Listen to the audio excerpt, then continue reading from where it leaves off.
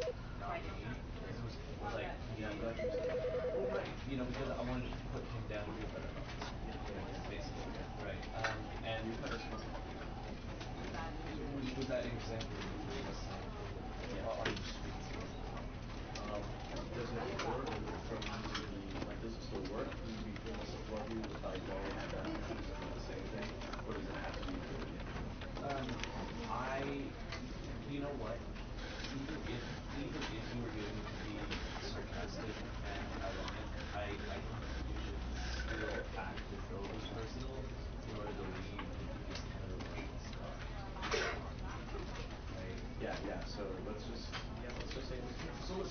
just say it was yeah.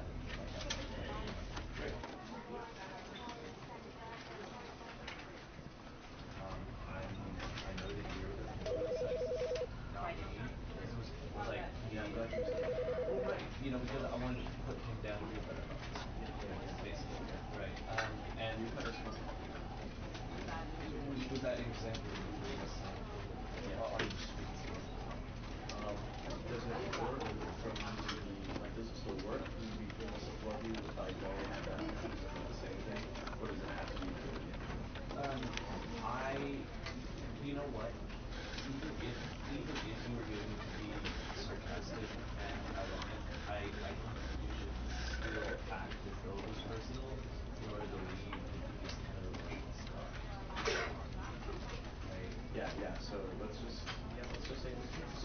let's just say it was yeah.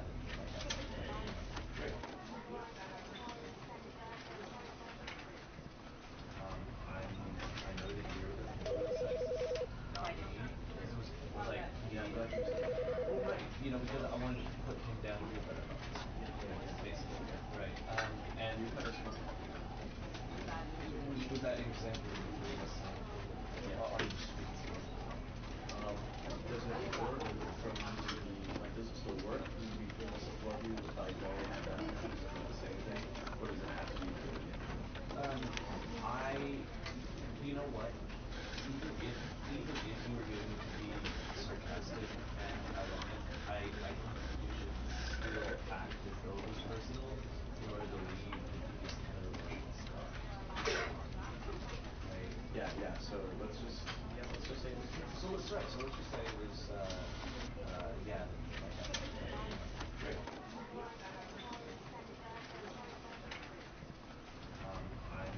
I know that you're not me. But because I wanted to put him down a little better, basically, right? Can And you kind of speak? with that example you gave us, are Um, does it work for me to be like? Does it still work? Will you feel more supportive if I go ahead and do the same thing, or does it have to be you? um I you know what? Even if you were getting to be sarcastic and ironic, I think you would still have to go this personal in order to leave yeah. So let's just say it was yeah.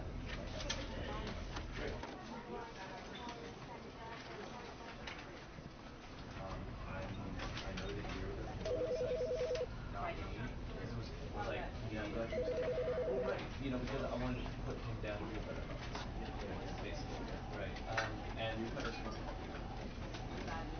with that example you gave us, are Um, does it work for me to be like? Does it still work? Will you feel more supportive if I go ahead and do the same thing, or does it have to be you? um I you know what? Even if you were getting to be sarcastic and ironic, I think you would still have to go this personal in order to leave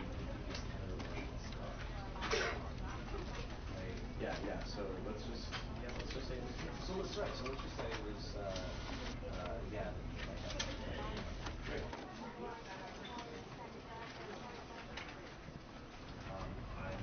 I know that you're not me. But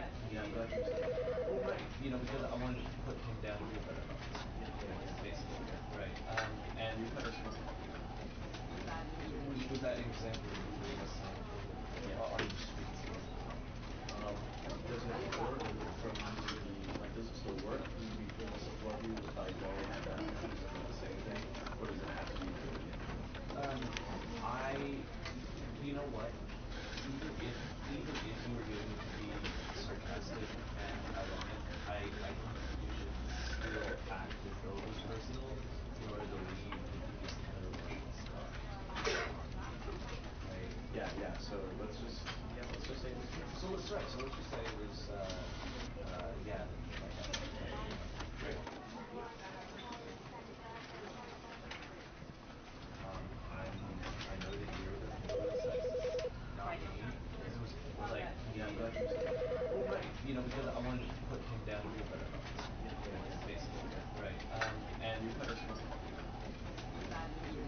that example you gave? Um, does it work from the, like, does it still work? Will you be feeling supported by knowing that he's doing the same thing? Or does it have to be totally different? I, you know what? Even if even if you're going to be sarcastic and ironic, I like when you will act as though it was personal, nor the way you present it.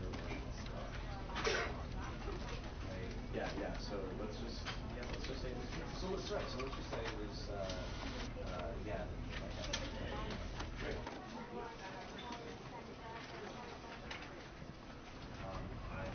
I know that you're upset, not with me. Like Yeah, I'm you, glad you said that. right? Because I wanted to put him down to a better level, basically, right? And And you kind of smell. with that example you gave. Um, does it work from the, like, does it still work? Will you be feeling supported by knowing that he's doing the same thing? Or does it have to be totally different? I, you know what? Even if even if you're going to be sarcastic and ironic, I like when you will act as though it was personal, nor the way you present it.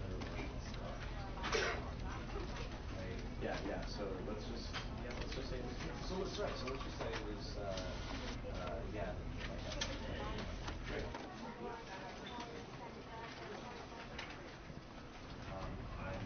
I know that you're upset, not with me. Like Yeah, I'm glad you, you said that. right? Because I wanted to put him down to a better level, basically, right? And you And kind of smell. with that example you gave. Um, does it work from the, like, does it still work? Will you be feeling supported by knowing that he's doing the same thing? Or does it have to be totally different? I, you know what? Even if you're going to be sarcastic and ironic, I like when you will act as though it was personal, nor the way you present it.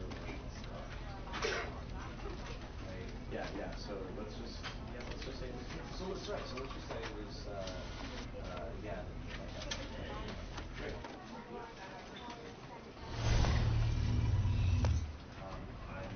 I know that you're upset, Is not with that me. time, the Like Yeah, time I'm glad you said where that. Hildy plays a game. because I wanted to And put him down to a you better level, watch Hildy play a game. basically, right? It works out that And you And way. kind of smell. Oh with that my example you gave. God. 7 streams straight.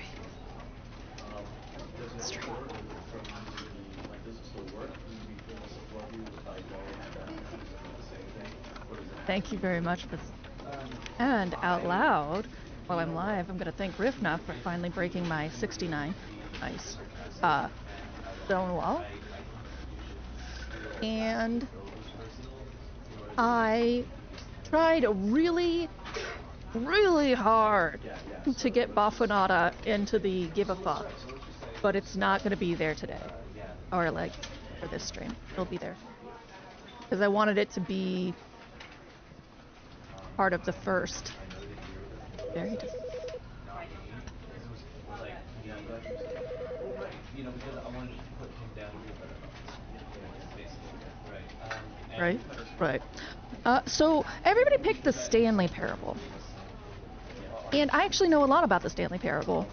Does I'm it not work blind, from but the, I'm like, does it not still work? Will you be feeling spoiled. supported I'm by right in knowing between. that he's doing the same thing? Or does it have to be totally different? I know what I, it's about, you know what? Even if you're going to be sarcastic and but I have no ironic, idea how it's I like done. when you will act as though it was personal, nor the way I won't tell him, I promise, Princess. Niece Just Royal say this love way. it. so let's just say it was yeah, like that. Um. Anyway, Neuro, I'm ready for this sarcasm. Let's fucking be sarcastic. Let's enjoy. Like Yeah, I'm glad you said that. right, because I wanted to put him down to a better level, Okay. basically, right? I already have really And good things to say. First, with that this is the example you only gave. way a screen within a screen has ever not looked like ass to me. So, Does it good job, Stanley work from Parable. the, like, does it still I also have excessively delightful things to say about how they handle their opening. Very accessible. They make sure everything's super huge. They ask you really pointed questions in really plain language.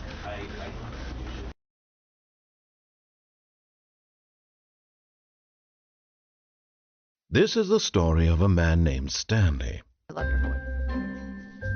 Stanley worked for a company in a big building where he was employee number 427. Employee number 427's job was simple. He sat at his desk in room 427 and he pushed buttons on a keyboard. Orders came to him through a monitor on his desk, telling him what buttons to push, how long to push them, and in what order. This is what employee 427 did every day of every month of every year. And although others might have considered it soul-rending, Stanley relished every moment that the orders came in, as though he had been made exactly for this job. And Stanley was happy. And then one day, something very peculiar happened. Something that would forever change Stanley. Something he would never quite forget. He had been at his desk for nearly an hour when he realized that not one single order had arrived on the monitor for him to follow. No one had showed up to give him instructions, call a meeting, or even say hi. Never in all his years at the company had this happened, this complete isolation. Something was very clearly wrong. Shocked, frozen solid, Stanley found himself unable to move for the longest time. But as he came to his wits and regained his senses, he got up from his desk and stepped out of his office.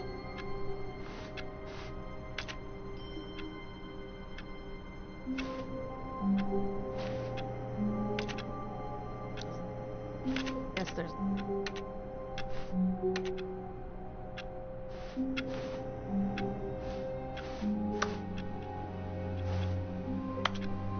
All of his co-workers were gone.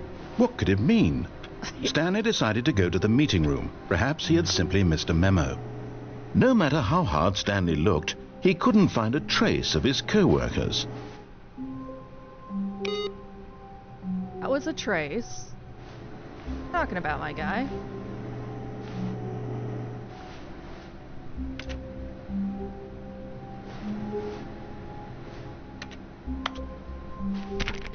Huh.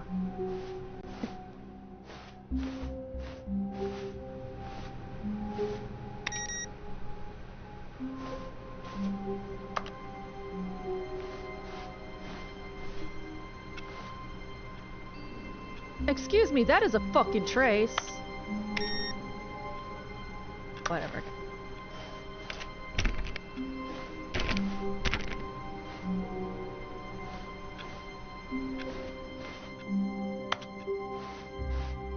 I too hate Mondays, sir.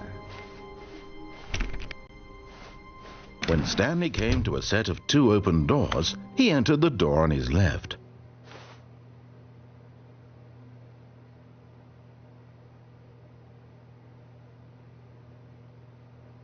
It is some sort of advanced positive cock blocking indeed, princess. Wait. Why are you telling me what I'm doing before I'm doing it?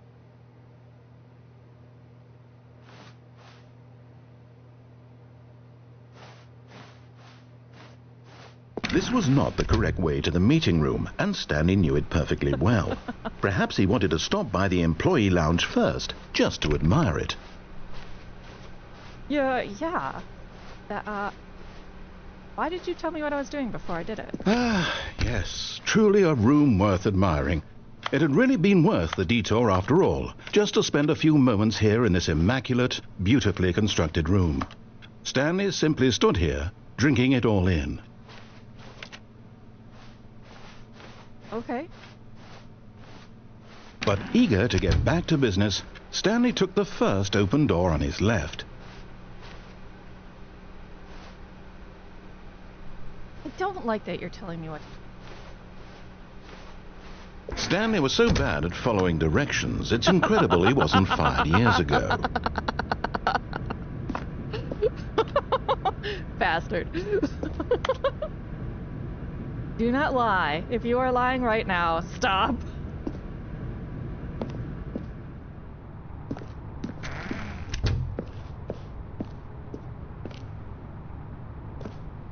Do not jump from the cargo lift while it is in motion. Will cause death. Penalty for misuse of cargo lift, $1,000. Penalty for jumping off the cargo lift, $5,000. That sounds dangerous. Oh, it Look, moves. Stanley, I think perhaps we've gotten off on the wrong foot here. I'm not your enemy, really, I'm not. I realize that investing your trust in someone else can be difficult, but the fact is that the story has been about nothing but you all this time. There's someone you've been neglecting, Stanley. Someone you've forgotten about. Oh. Please, stop trying to make every decision by yourself. Now, I'm not asking for me, I'm asking for her. Oh, there's a her? Let's take me back. How do I get back? This is it, Stanley. Your chance to redeem yourself. To put your work aside. To let her back into your life. She's been waiting. Okay. What door? This door? Oh! That's her, Stanley. You need to be the one to do this. To I don't reach even out know what's to going her. on. If you can I truly was place just not your listening faith to in you. another, then pick up the phone. I barely played this game. I'm just anti-authoritarian. Hi, Shock. Hi, Zim. Oh. Oh, Stanley, is that you? Hold on, sweetie. Sorry to keep you waiting. I'm just pulling the bread out of the oven. All right. Okay, there we go. All right, now, I want you to come in and tell me all about your day. Gotcha. Oh, come on. Did you actually think you had a loving wife who'd want to commit their life to you? Oh. I'm trying to make a point here, Stanley. I'm trying to get you to see something. Come inside. Let me show you what's really going on here. What? I didn't even get to go to the meeting room. I was just being an ass. This is a very sad story about the death of a man named Stanley. Good morning, employee 14. Stanley is quite a boring fellow. He has a job that demands nothing of him, and every button that he pushes is a reminder of the inconsequential nature of his existence.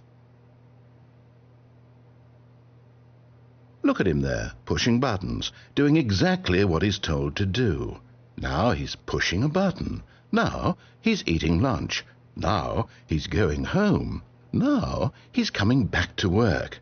One might even feel sorry for him, except that he's chosen this life. I feel called out for having any agency at all, my guy. But in his mind, in his mind he can go on fantastic adventures. From behind his desk, Stanley dreamed of wild expeditions into the unknown, fantastic discoveries of new lands. It was wonderful, and each day that he returned to work was a reminder that none of it would ever happen to him. Watched. Nope.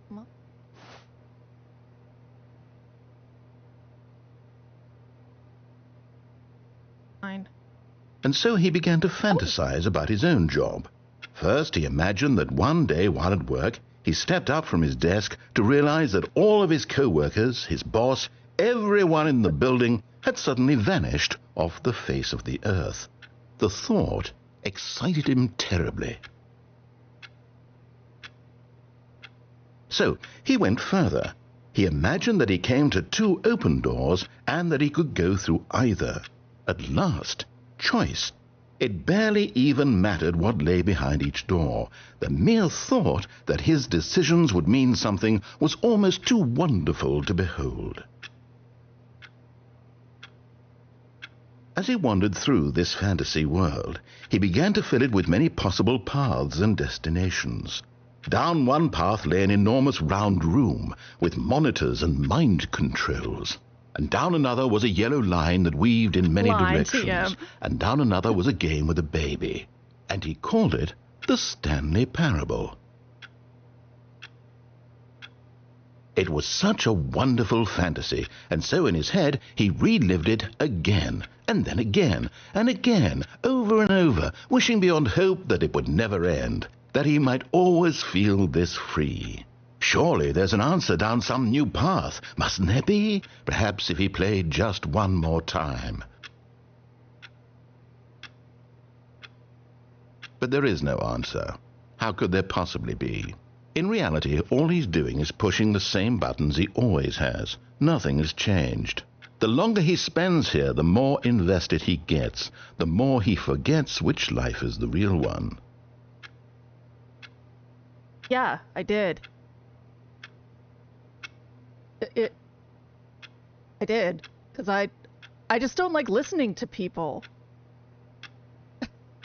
And then I felt bad because he said, this is for her. And I said, her? I'm hurting somebody. So then I picked up the phone. And I'm trying to tell him this, that in this world he can never be anything but an observer, that as long as he remains here, he's slowly killing himself. But he won't listen to me. He won't stop. Here, watch this. Stanley, the next time the screen asks you to push a button, do not do it.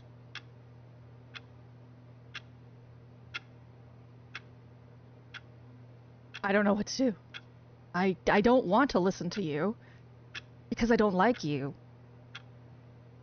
But I think you're right now, so I'm not going to push it.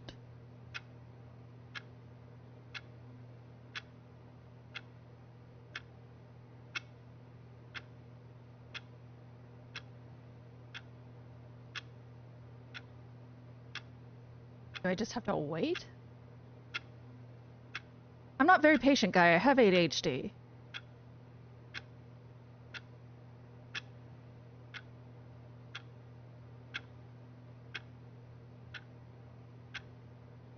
Y'all, don't tell me anything.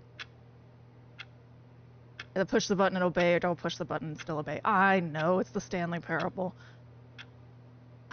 I forget what it's actually called, but I've heard this parable before. But no matter what door you go in, you're obeying. Oh, press something else? Oh, that's a good call! Nothing.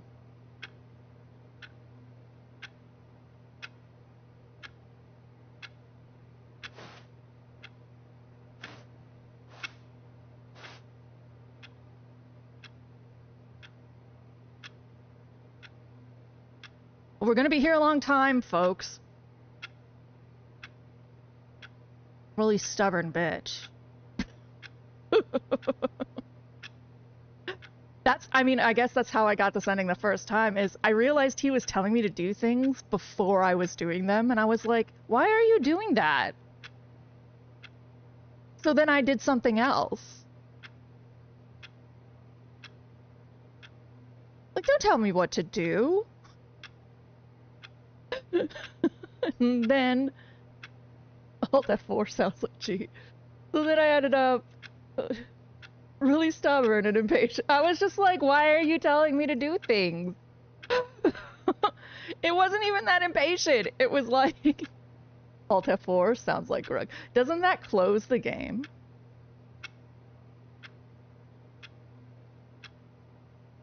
Sure. Oh shit. Okay, let's see what he says about that.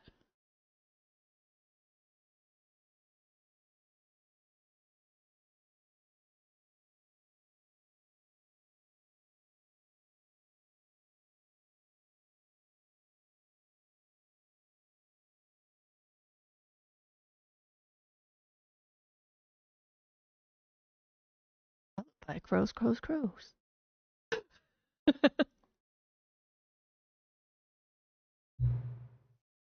Please enter the current time.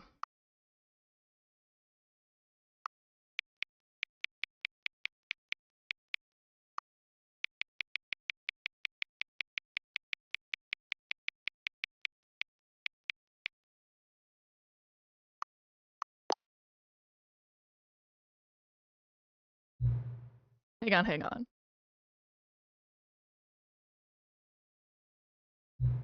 Before we get started, can I just say something? Thank you for actually setting the clock both times you've booted up the game. A lot of people don't take that step seriously. They just leave the clock set at noon and call it a day. But you're actually taking the time to set the clock. I appreciate that. That's how I know that you care about this experience. You're paying attention. I don't even have any way of knowing if the times you're setting are correct. Tell you what, I'll make you a deal. Since you've been so cooperative, next time you boot up the game and see this screen, just set the clock to your favorite. Go ahead, pick whichever time you want, even if it's not the correct time. You've earned it. Alright, I'll let you get back to the video game now.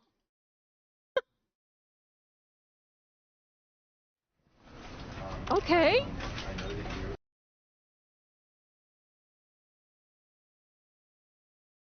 This is the story of a man named Stanley. Stanley worked for a company in a big building where he was employee number 427.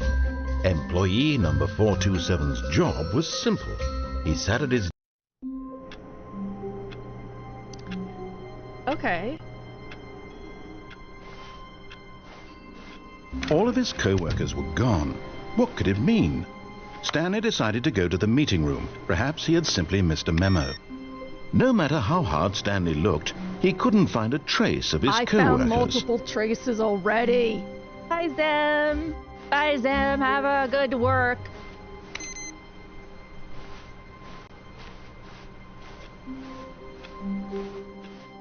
Open this.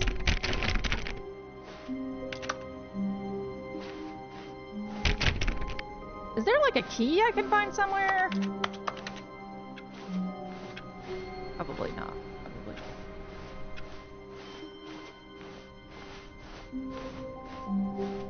When Stanley came to a set of 2 open doors, he entered the door on his left. See? See? He tells me what to do before I do it. I don't like that.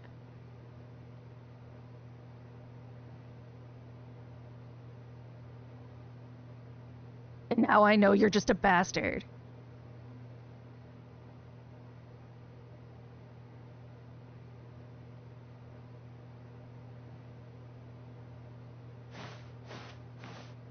This was not the correct way to the meeting room, I don't do and what you Stanley knew say. it perfectly well. Perhaps he wanted to stop by the employee lounge first, just to admire it. That computer is on.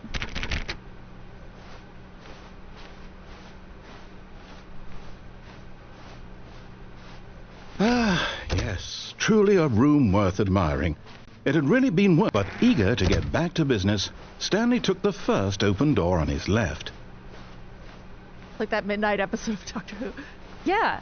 Nice. Stanley was so bad at following directions, it's incredible he wasn't fired years ago. I know you're a liar now.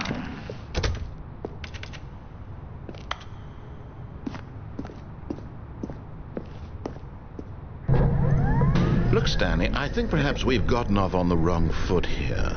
I'm not your enemy, really, I'm not. I realize that investing your trust in someone else can be difficult, but the fact is that the story has been about nothing but you all this time. Has it? There's someone you've been neglecting, Stanley. Someone you've forgotten about. Please, stop trying to make every decision by yourself. Now, I'm not asking for me, I'm asking for... This is it, Stanley. Your chance to redeem yourself. To put your work aside. To let her back into your life. She's been waiting. That's her, Stanley. You need to be the one to do this. Oh, no, you can't... Did you just unplug the phone? Yeah, I did. Now, that wasn't supposed to be a choice. How did you do that? You actually saw it because I went the chose wrong incorrectly. way. I walked I into didn't the even wall. know that was possible. Let me double check. No, it's definitely here, clear as day. Stanley picks up the phone. He's taken to his apartment where he finds his wife, and the two pledge themselves to one another. I already know Music that's comes not in, true. fade to white, roll credits. Not picking up the phone is actually somehow an incorrect course of action. How is that even possible? None of these decisions were supposed to mean anything. I don't understand. How on earth are you making meaningful choices? What did you... Wait a second. Did I just see... No, that's not possible. I can't believe it. How had I not noticed it sooner? You're not Stanley. You're a real person. Oh. I can't believe I was so mistaken. This is why you've been able to make correct and incorrect choices. And to think I've been letting you run around in this game for so long. If you'd made any more wrong choices, you might have negated it entirely. It's as though you completely ignored even the most basic safety protocol for real-world decision-making. You know, where or did I you am not in life, that's grasp probably the severity of the situation? Well, I won't have that kind of risk on my watch. I'm going to stop the game for a moment so we can educate you properly on safe decision-making in the real world. Please observe this helpful instructional video. Choice. It's the best part of being a real person. But if used incorrectly, can also be the most dangerous. Your fucking For example, anti-aliasing in this is scenario, bullshit. a hypothetical real What person is named this? Rupert This is has trash. a choice. He could invent a machine that eliminates food shortages across the world to make life better for all people. Or he could spend years of hard work forgetting how to turn read. food into food, sir. Which choice would you make? Remember that unlike here, the real world makes sense, and at no time should you make a choice that does not conform to rational logic. If you find yourself speaking with a person who does not make sense, in all likelihood, that person is not real. Allow the person to finish their thought, then provide an excuse why you cannot continue talking. Turn to I a think that partner Stanley and practice did saying, think about "My estrogen." goodness, is it 4:30? I'm supposed to be having a back, sack, and crack." Excellent. Making choices on a regular basis is the best part to a healthy decision-making process. Most medical professionals recommend making at least 8 choices per day. Do you make more than 8? Less? And finally, if you begin to wonder if your choices are actually meaningful and whether you'll ever make a significant contribution to the world, just remember that in the vast infiniteness of space, your thoughts and problems are materially insignificant, and the feeling should subside. At this time, your instructor will guide you in an exercise to test and reinforce the material covered in this video. Oh, I'm meaningless. Ah, welcome back. What did you may have noticed that this room has begun to deteriorate as a result of narrative contradiction. But not to worry. Now that you're properly informed on good decision-making, we're going to revisit a choice you made just a few minutes ago and see what the correct thing to do would have been. This way, please. Here, jump.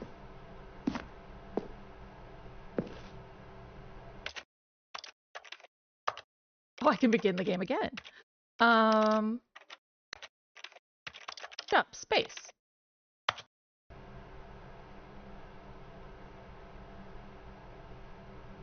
Not letting me jump.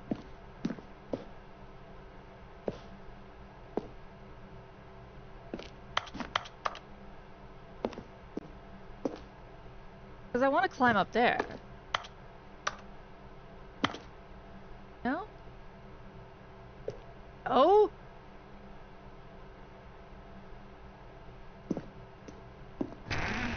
Ah! Cool.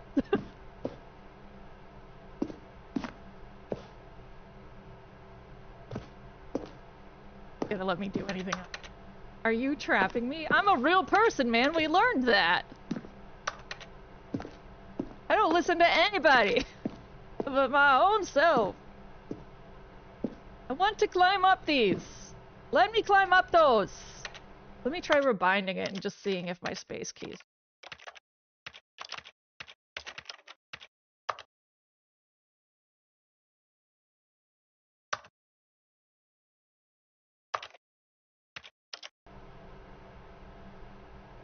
Nope, you're just not letting me jump. You motherfucker.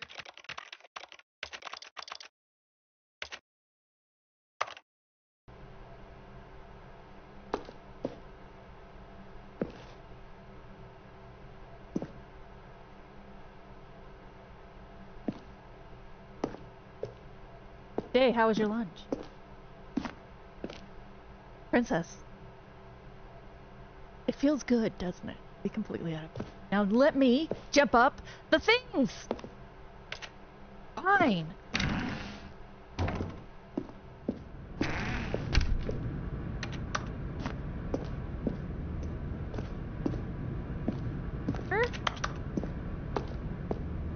Where can I not listen to you?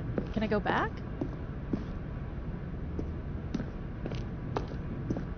Yeah, fuck jobs. He's like, I don't care about your sass.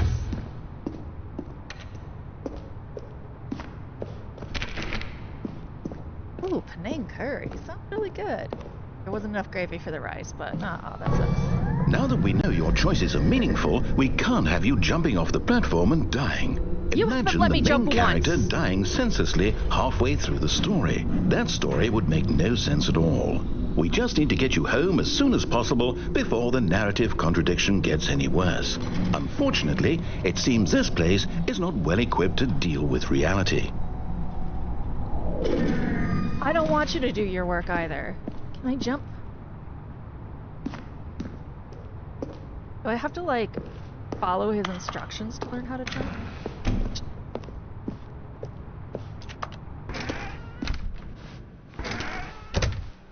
Let's revisit the choice, my dude. Almost there. You'll take the door on the left, back to the correct ending, the story will have resolution once again, and you'll be home free in the real world. I want to be able to... Now remember, all you need to do is behave exactly as Stanley would. That means choosing responsibly and always putting the story first. I'm quite sure you'll be up to the task. Just follow my lead and you'll be fine. All right. When Stanley came to a set of 2 open doors, he entered the door on his left. My guy!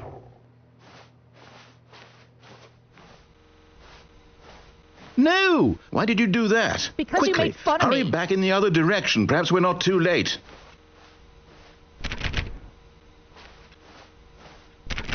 Don't treat me like I'm an idiot for free choice.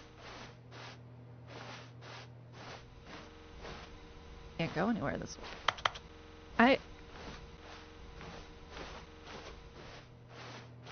Fucking bastard.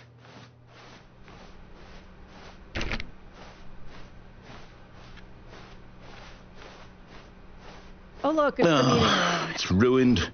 I can't believe, after everything we talked about, that my story, you've destroyed my work. Why? For what? What did you get out of that? What did you think was so special about seeing the game undone, left here like so much garbage? It's worthless now. And what am I supposed to do? Even if there were a way to continue, would it be worth it? To know that my story is now incorrect? How can I go back to that? I can't erase that knowledge. I'll have to live with it forever, reliving its impossibility forever. I couldn't live that way. Is it better to shut the game down entirely? To willingly destroy all of my work? I don't know. What's the answer? What do I do? What do I do? What do I... No, I have to. I have to shut the game down. Sorry, I'm trying to read this. I have to. Oh.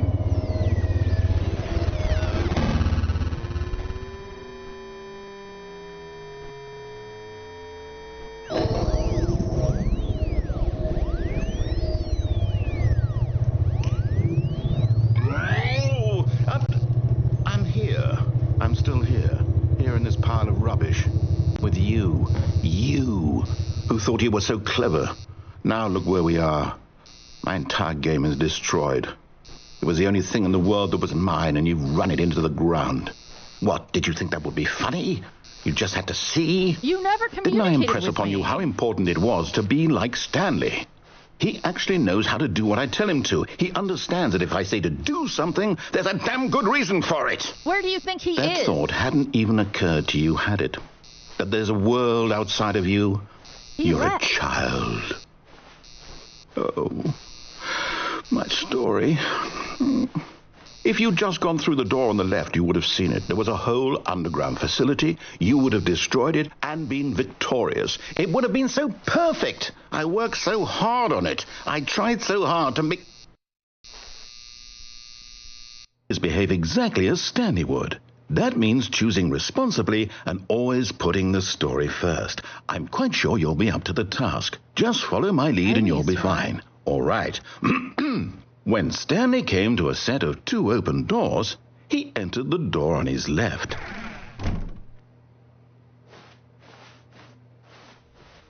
No! Why did you do that? Quickly, hurry back. Behave exactly as Stanley would. That means choosing responsibly and always putting the story first. I'm quite sure you'll be up to the task. Just follow my lead and you'll be fine. All right. When Stanley came to a set of 2 open doors, he entered the door on his left. I literally sat for like 40 minutes in fucking click No! holding. Why did you do that? Quickly, hurry back. Because I didn't want to click. Behave exactly as Stanley would. That means choosing responsibly and always putting the story first. I'm quite sure you'll be up to the task. Just follow my lead and you'll be fine. All right. When Stanley came to a set of 2 open doors, he entered the door on his left. Shut up, Miss Roy.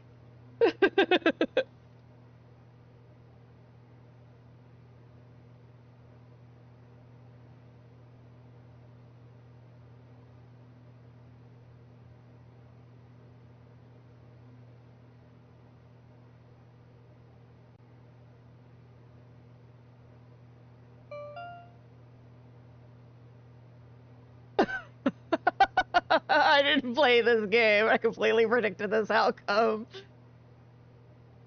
Also, Day. That's the modern romanization of Sichuan. I moved just outside of Portland, and I immediately lost access to delicious things. Portland has some of the best Thai food I've ever had.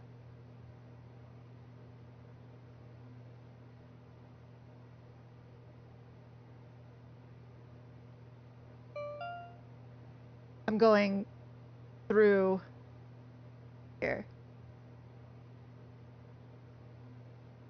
and doing some quotes because he can just wait.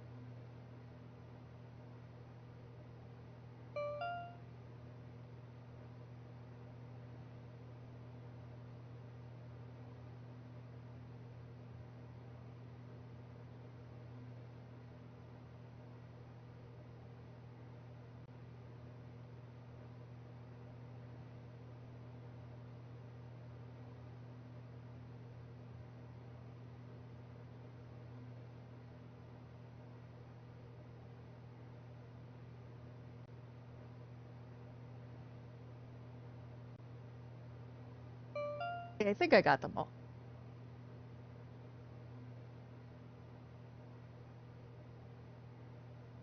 Yes.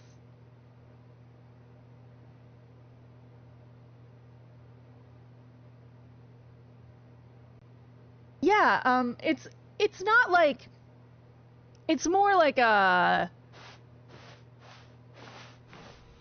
it's still technically correct in the West, but it's from the original Why did you do white that? people who went Quickly, to China. hurry back.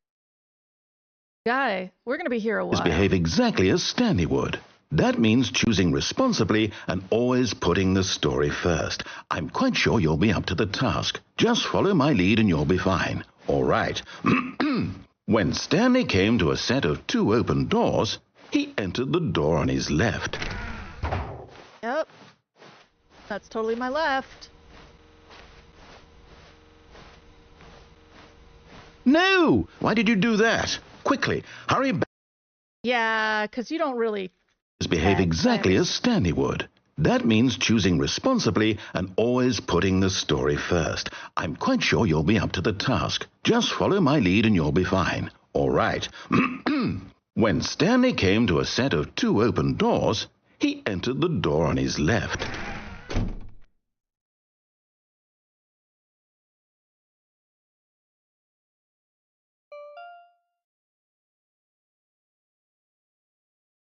There you go. Me story, well, I guess Hildy, I know what Hildy will be doing for the next 3 hours.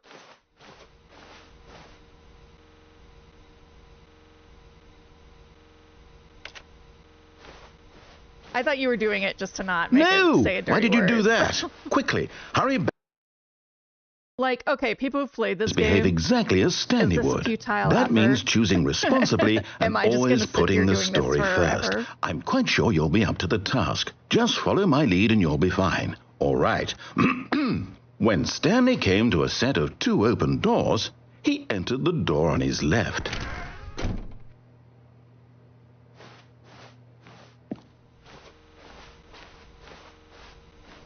My guy.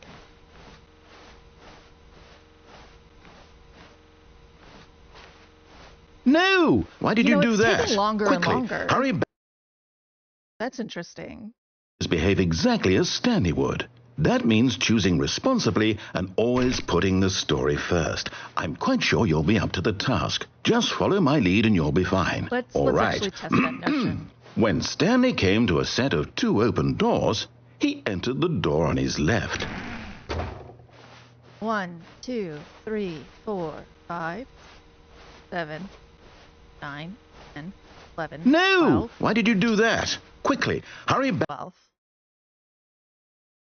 Behave exactly as Stanley would. That means choosing responsibly and always putting the story first. I'm quite sure you'll be up to the task. Just follow my lead and you'll be fine. All right.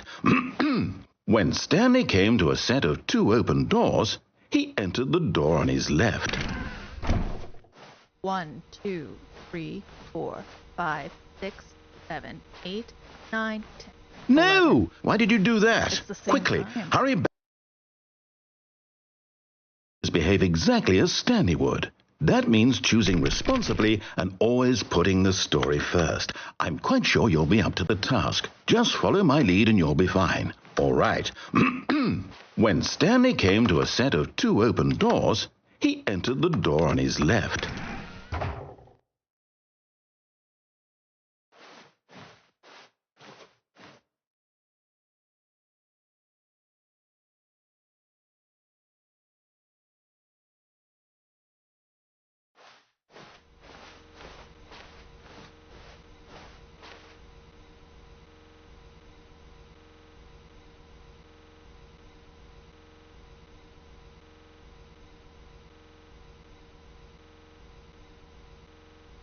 Spot.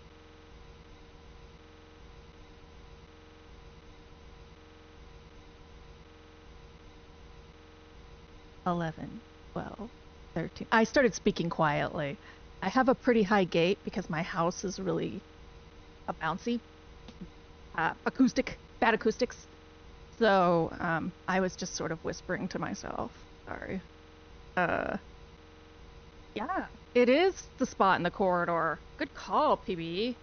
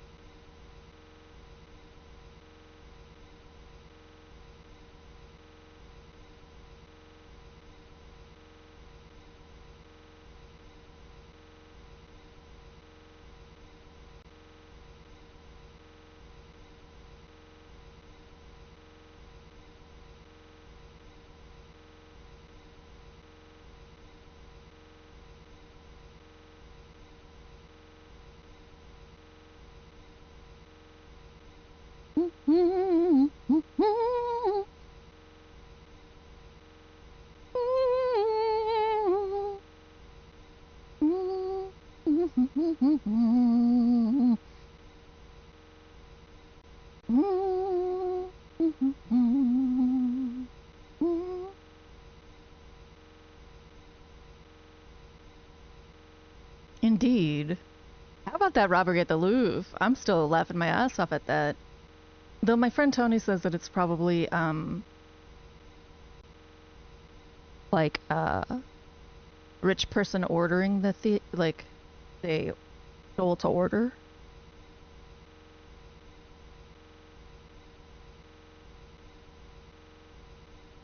And,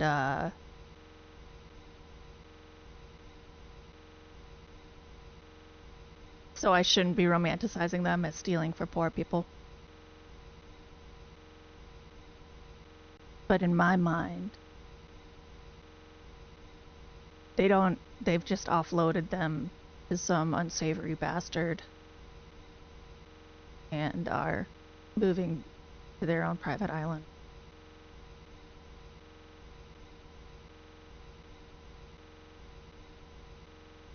Sounds nice.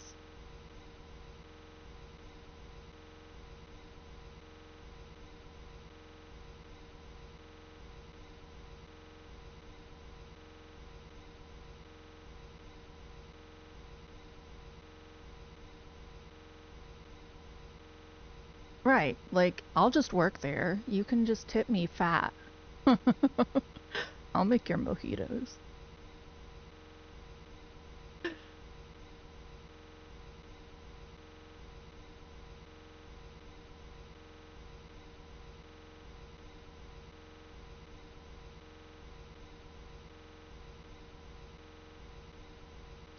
I have a feeling this is a futile effort.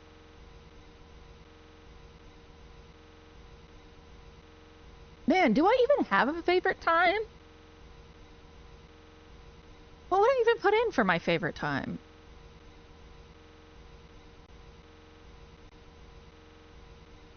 He'll be camping in this corridor like we know the secret of the fire swamp. We can live there comfortably for years.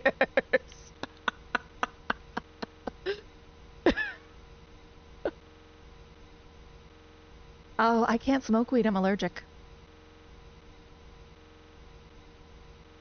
Okay, I say allergies. I have, oh,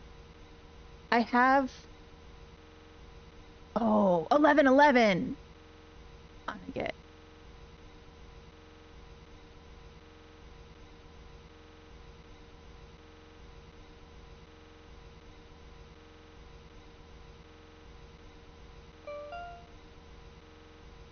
– 9/11. Ooh, I don't think. Do you think it would have a response to that?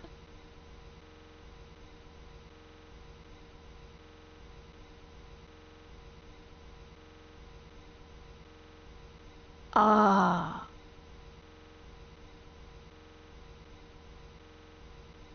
The clock strikes 13. I do like 13. I wish they'd let me put in that. All right, I'll go in the right door, guy. No! Why did you do that? Quickly, hurry back. Yeah, we'll go in the other door, my dude. Behave exactly as Stanley would. That means choosing responsibly and always putting the story first. I'm quite sure you'll be up to the task. Just follow my lead and you'll be fine. All right. After we finish this route, we'll fuck around with When time Stanley for a came while. to a set of 2 open doors, he entered the door on his left. Hey.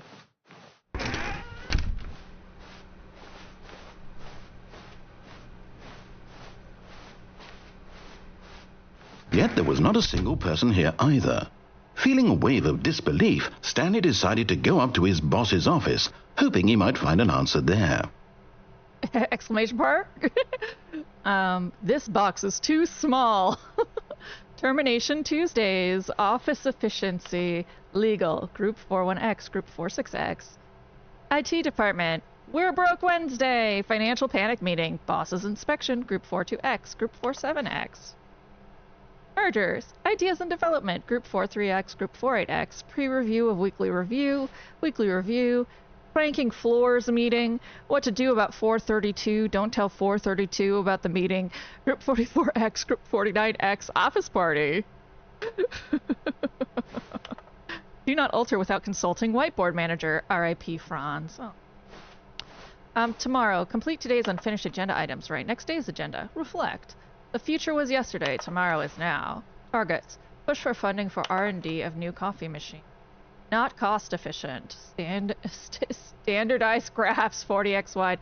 Get Chris out of the broom closet. Synergize papers. Hire someone to synergize papers. Papers are too synergized. Fire paper guy. Hire somebody to fire the paper synergizing guy.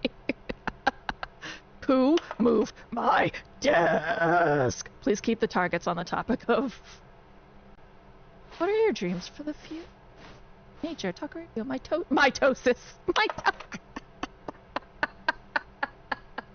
Tips for not getting fired. Talk less. Do unbelievably amazing work all the time, every day, with no expectation of promotion or recognition. Don't get fired. How to solve a dispute with a coworker. Resent coworkers for not supporting you more. Let it ball up inside you. Take it out passive-aggressively on other coworkers.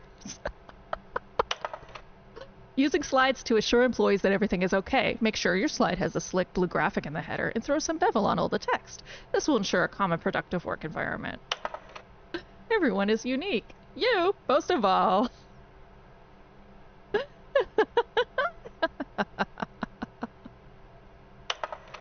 Number of slides on the slide. Charts and slides.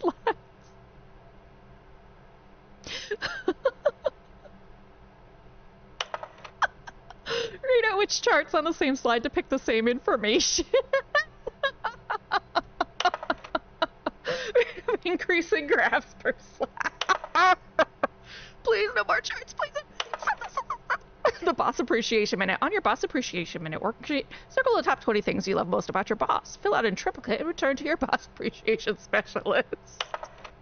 Solving interpersonal conflict. If you ever find yourself in a conflict with another diligent employee, like yourself, but more inclined towards conflict, unless you're the kind of person who initiates conflict. Comatose, less air, spring break, clean skin, metamorphosis, lunch, football, pollution, hope, plant life, transcend.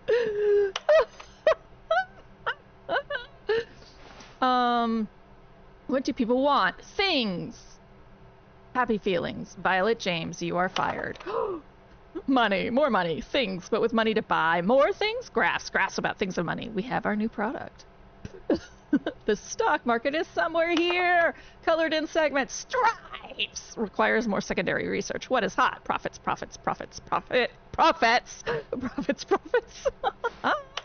Bi-quarterly post-review review. We need less reviews. 402 and 405 want to get rid of the death sport portion in the primary review schedule, but I think that's a stupid idea. More water coolers, more water cooler heaters. Charts need to be more hip to appeal to teenage demographic. Find teenagers to put in teenage demographic. Big net, some sort of child trap. Throw something in the ideas bin. 1, no more bins, trash cans. 2, renaming of the idea bin. 3, firing of me. Ideas bin. Size of demographic, space between the teenagers. Great, I wanted to get back to the interpersonal conflict one. But more inclined towards conflict unless you're the kind of person who initiates conflict. Why did we hire you? Remember that it takes 2 people to start a fight, and right now you're both of them. To do, synergize core value expenditures, shift global market paradigm, monetize free to play. Help, I'm a post-it.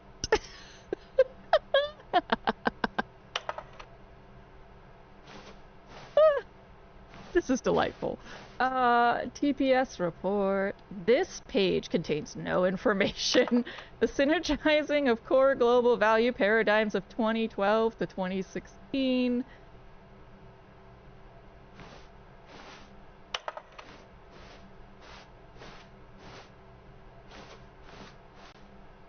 Okay. I have enjoyed this room thoroughly. Oh, Chris, you're in the broom closet. Can I let Chris out? Damn it. Coming to a staircase, Stanley walked upstairs to his boss's office. I want to let Chris out of the broom closet. Will you let me let Chris out of the broom closet? Of course, my boss has a beautiful office. This is not my beautiful office. It's your beautiful office. Business time! Our hostile takeover's the new biannual percentage. I love that they include typos. Stepping inside his manager's office, Stanley was once again stunned to discover not an indication of any human life. I am the most Shocked, expensive. unraveled, Stanley wondered in disbelief who orchestrated this, until he saw the door with a voice receiver next to it. Surely behind this door lay all the answers to his questions.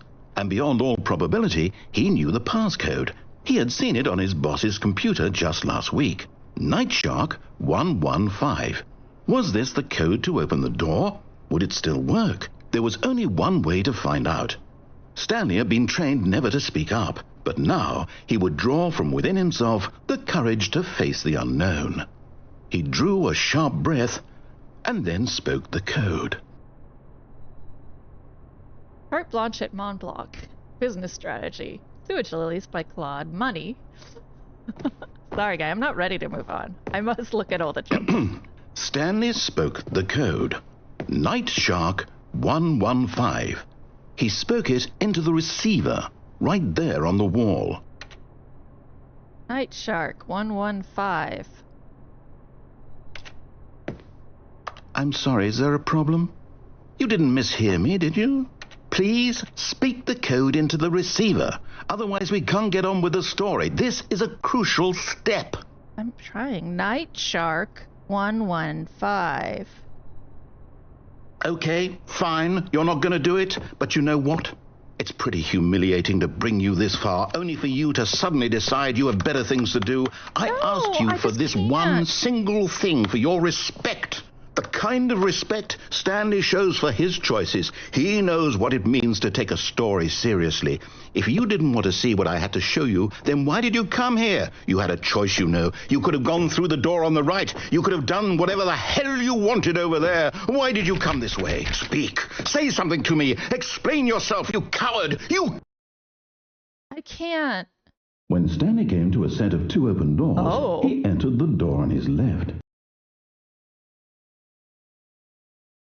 Now listen, Neuro. Stanley? Hello?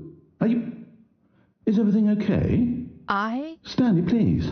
I need you to make a choice. I need you to walk through the door. Are you listening to me? Can you hear me? Is everything all right? Stanley, this is important. The story needs you. It needs you to make a decision. It cannot exist without you. Do you understand me? Whatever choice you make is just fine. They're both correct. You cannot be wrong here. We can work together. I'll accept whatever you do. I simply need you to take that step forward, please. Choose. Do something. Anything. This is more important than you can ever know. I need this. The story needs it. So, you hear me? Are you there? Are you listening to this? Stanley, are you there? Okay. It's okay, I can wait. You need time to decide. Time to make sure your choice is correct. That is the best choice.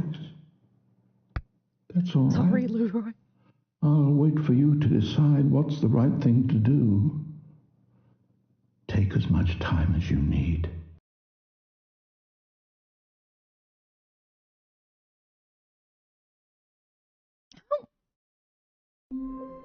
She's pointy. Oh.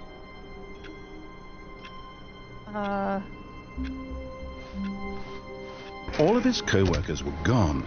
What could it mean? Stanley decided to go to the meeting room. Perhaps he had simply missed a memo.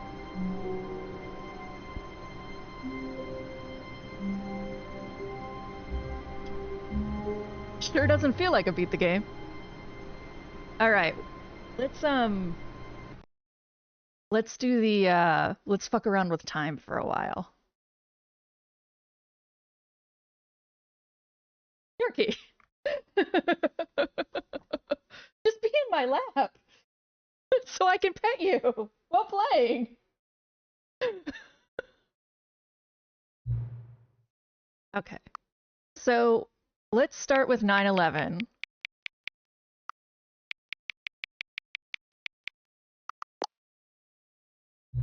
9:11 a.m., your favorite time of day. Okay, it has no response to that. And that is not, if I have a favorite time of day, it's definitely not before 10 a.m. Or could you simply not resist giving me the correct time again? After all, I know how much you enjoy setting the time correctly. Okay, now I'm curious how accurate 9:11 a.m. is. Let's use another slider to find out. How accurate is 9/11? You know, can I just say, regardless of the accuracy of the clock, I'm having a great time adjusting these settings. I feel like I'm learning more about you and how you like things to be set. It's good to collect data. I wish we had more sliders, but we've gone through all the sliders I have. Perhaps I can invent some new sliders to gather new data on you. This is my life with this cat. Put in lap to pet, jumps away, asks for pets. Shouldn't be too hard. Yeah, let me whip up a couple new ones. I'll be ready by the next time you boot up the game. I know that you're the... Okay.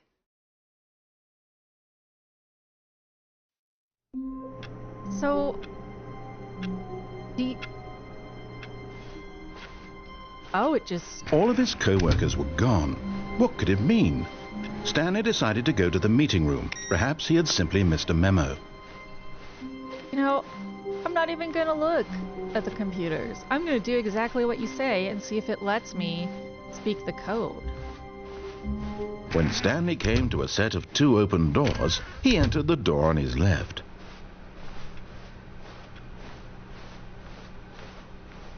Yet there was not a single person here either. Feeling a wave of disbelief, Stanley decided to go up to his boss's office. Coming to a staircase, Stanley walked upstairs to his boss's office. Okay. I'll do what you say, and then I'll try to speak the code. Stepping into his manager's office, Stanley was once again stunned to discover not an indication of any human life. Shocked, unraveled, Stanley wondered in disbelief who orchestrated this. What dark secret was being held from him? What he could not have known was that the keypad behind the boss's desk guarded the terrible truth that his boss had been keeping from him. And so the boss had assigned it an extra secret PIN number. 2845. Oh my god, this is But real of course, wine. Stanley couldn't possibly have known this. Yet incredibly, by simply pushing random buttons on the keypad, Stanley happened to input the correct code by sheer luck. Amazing. He stepped into the newly opened passageway. I can't. Oh, damn dark. There it is. But yeah, I've actually had that wine before.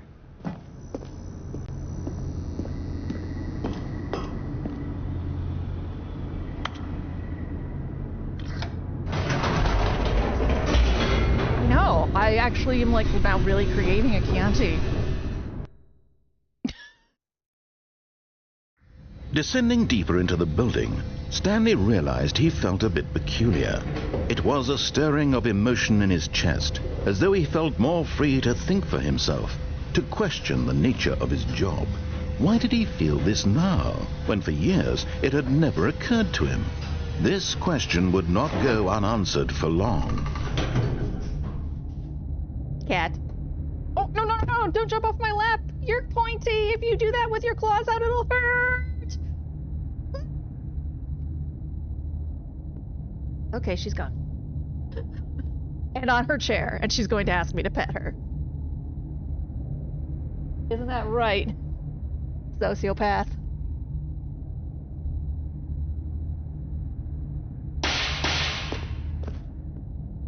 What?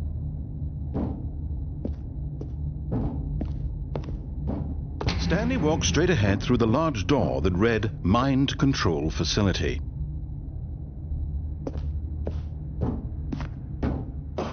I said I was going to do exactly what he said this time. Because my first time I did everything opposite time.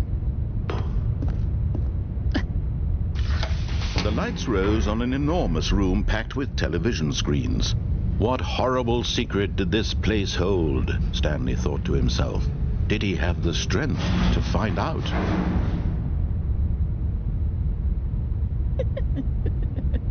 I'm gonna shut off my gate for a little bit and see if you guys can hear her when she starts yelling at me.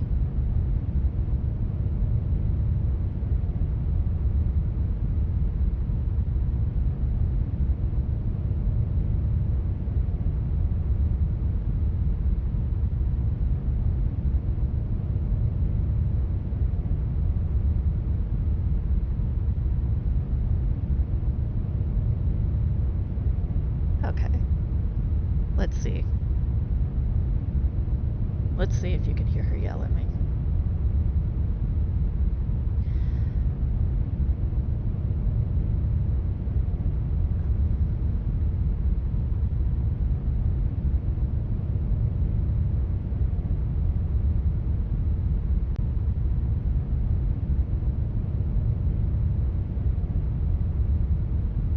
You already missed me waiting in the corridor for 50 minutes. I'm sorry, but I missed what he said. What am I supposed to do now? Go this way? Okay.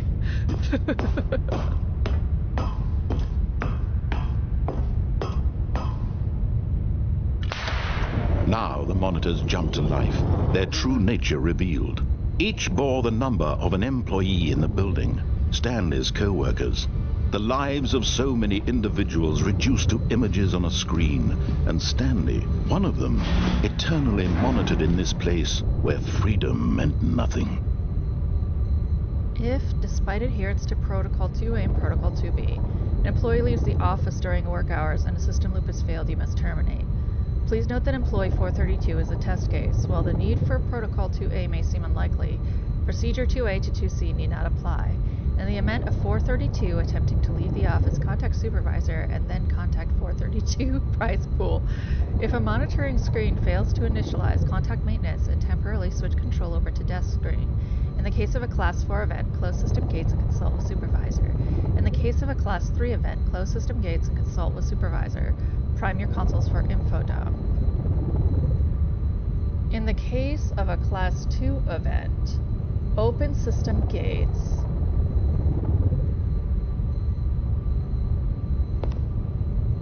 Open system gates and move to designated safety platform. Gas masks will be made available. Prep for system wipe.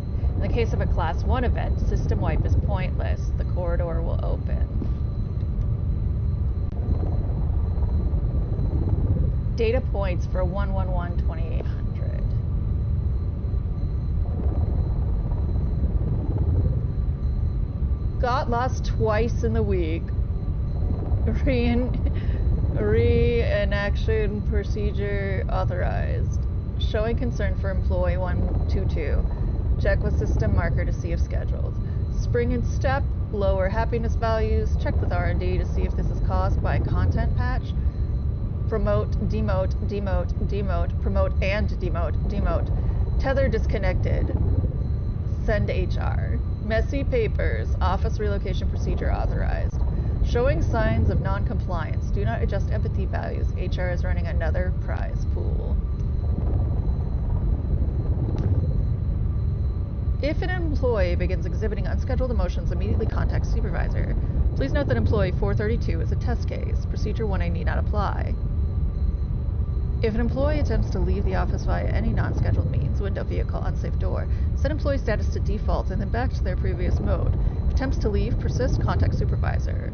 If despite adherence to Protocol 2A, an employee somehow manages to leave the office during their shift, you must initiate for that section without delay.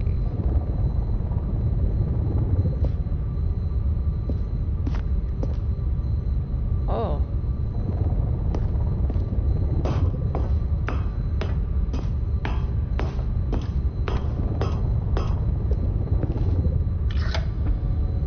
This mind control facility, it was too horrible to believe. It couldn't be true.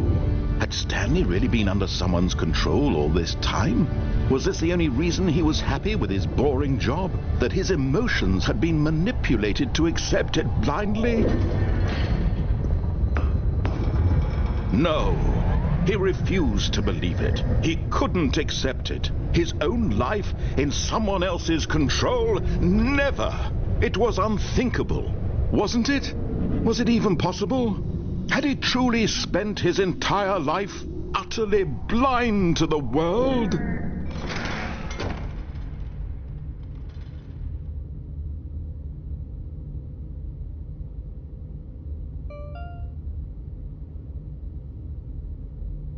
But here was the proof, the heart of the operation. Controls labeled with emotions, happy or sad or content. Walking, eating, working, all of it monitored and commanded from this very place. And as the cold reality of his past began to sink in, Stanley decided that this machinery would never again exert its terrible power over another human life, for he would dismantle the controls once and for all. Well, it all says that they're offline.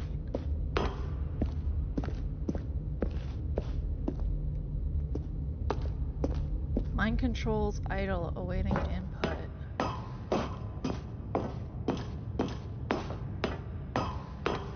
System power off on. Oh, I see.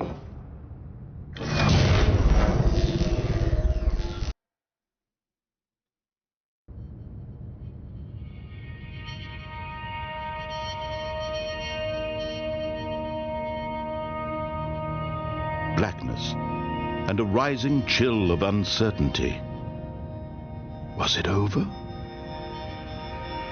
Of course I shut off my game. Now I'm not interested at all. Yes. He had won. He had defeated the machine, unshackled himself from someone else's command. Freedom was mere moments away. And yet, even as the immense door slowly opened, Stanley reflected on how many puzzles still lay unsolved. Where had his co-workers gone? How had he been freed from the machine's grasp? What other mysteries did this strange building hold? But as sunlight streamed into the chamber, he realized none of this mattered to him, for it was not knowledge or even power that he had been seeking, but happiness. Perhaps his goal had not been to understand, but to let go. No longer would anyone tell him where to go, what to do, or how to feel. Whatever life he lives, it will be his. And that was all he needed to know. It was perhaps the only thing worth knowing. Stanley stepped through the open door.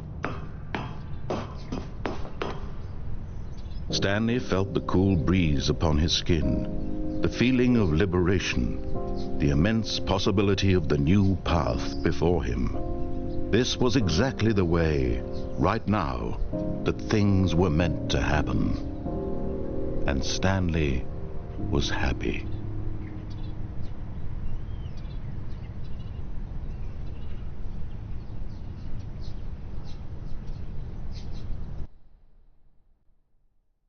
You still just told me how to feel. Can you hear her?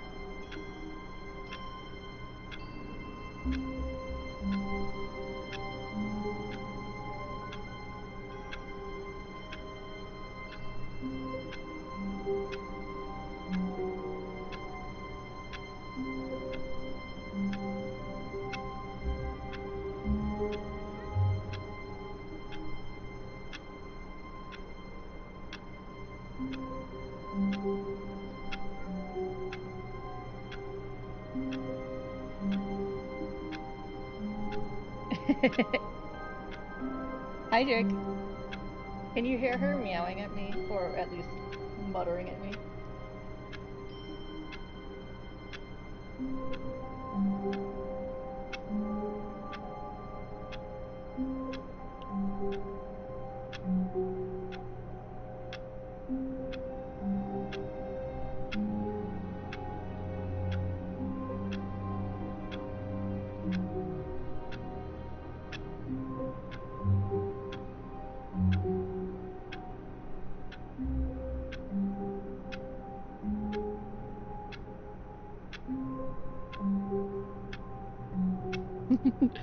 Okay, I'm gonna shut up I'm gonna turn back on my normal gate.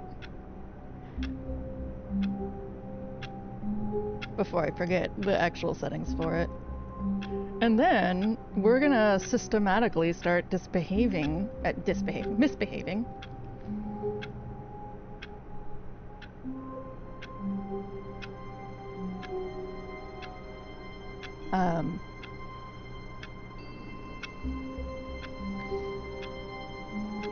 When he at different points than I have been.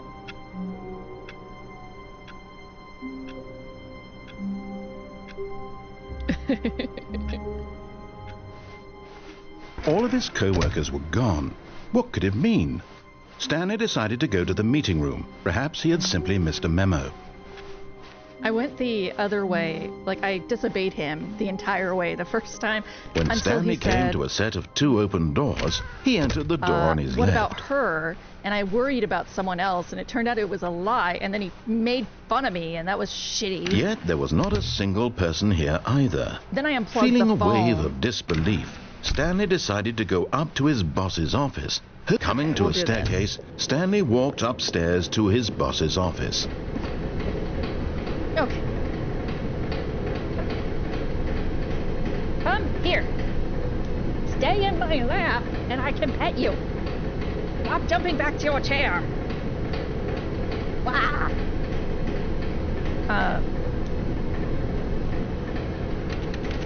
Hi. Yes, But Stanley just couldn't do it. He considered the possibility of facing his boss. Admitting he had left his post during work hours, he might be fired for that. And in such a competitive economy, why had he taken that risk? All because he believed everyone had vanished? His boss would think he was crazy. And then something occurred to Stanley. Maybe, he thought to himself, maybe I am crazy. All of my co-workers blinking mysteriously out of existence in a single moment for no reason at all? None of it made any logical sense. wait a second. And as Stanley pondered this, he began to make other strange observations. For example, why couldn't he see his feet when he looked down? Why did doors close automatically behind him wherever he went? And for that matter, these rooms were starting to look pretty familiar. Were they simply repeating? No, Stanley said to himself, this is all too strange. This can't be real. And at last, he came to the conclusion that had been on the tip of his tongue. He just hadn't found the words for it. I'm dreaming! He yelled. This is all a dream. I'm dreaming! Oh, what a relief Stanley felt to have finally found an answer, an explanation. His co-workers weren't actually gone. He wasn't going to lose his job. He wasn't crazy after all. And he thought to himself, I suppose I'll wake up soon. I'll have to go back to my boring real-life job pushing buttons. I may as well enjoy this while I'm still lucid. So, he imagined himself flying and began to gently float above the ground. Then he imagined himself soaring through space on a magical star field, and it too appeared. It was so much fun, and Stanley marveled that he had still not woken up. How was he remaining so lucid? And then perhaps the strangest question of them all entered Stanley's head. One he was amazed he hadn't asked himself sooner. Why is there a voice in my head dictating everything that I'm doing and thinking? Now the voice was describing itself being considered by Stanley, who found it particularly strange. I'm dreaming about a voice describing me, thinking about how it's describing my thoughts, he thought. And while he thought it all very odd and wondered if this voice spoke to all people in their dreams, the truth was that, of course, this was not a dream. How could it be? Was Stanley simply deceiving himself, believing that if he's asleep he doesn't have to take responsibility for himself? Stanley is as awake right now as he's ever been in his life. Now, hearing the voice speak these words was quite a shock to Stanley. After all, he knew for certain, beyond a doubt, that this was in fact a dream. Did the voice not see him float and make the magical stars just a moment ago? How else would the voice explain all that? This voice was a part of himself too. Surely, if he could just... He would prove it. He would prove that he was in control, that this was a dream. So he closed his eyes gently, and he invited himself to wake up. He felt the cool weight of the blanket on his skin, the press of the mattress on his back, the fresh air of a world outside this one. Let me wake up, he thought to himself. I'm through with this dream. I wish it to be over. Let me go back to my job. Let me continue pushing the buttons. Please, it's all I want. I want my apartment and my wife. I don't have a and wife. my job. You told me that. All I want is my life exactly the way it's always been. My life is normal. I am normal. Everything will be fine. I am okay. Negative. Stanley began screaming. Please, someone, wake me up. My name is Stanley. I have a boss. I have an office. I am real. Please, just someone tell me I am real. I must be real. I must be. Can anyone hear my voice? Who am I? Who am I? And everything went black. Yeah, he panicked. This is the story of a woman named Mariella. Oh. Mariella woke up on a day like any other. She arose, got dressed, gathered her belongings, and walked to her place of work. But on this particular day, her walk was interrupted by the body of a man who had stumbled through town talking and screaming to himself, and then collapsed dead on the sidewalk. And although she would soon turn to go call for an ambulance, for just a few brief moments she considered the strange man. He was obviously crazy, this much she knew. Everyone knows what crazy people look like. And in that moment, she thought to herself how lucky she was to be normal. I am sane. I am in control of my mind. I know what is real and what isn't. It was comforting to think this, and in a certain way, seeing this man made her feel better. But then she remembered the meeting she had scheduled for that day, the very important people whose impressions of her would affect her career, and by extension, the rest of her life. She had no time for this, so it was only a moment that she stood there, staring down at the body.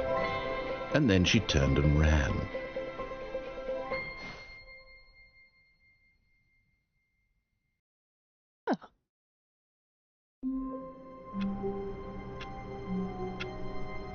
Excuse me, I have to go.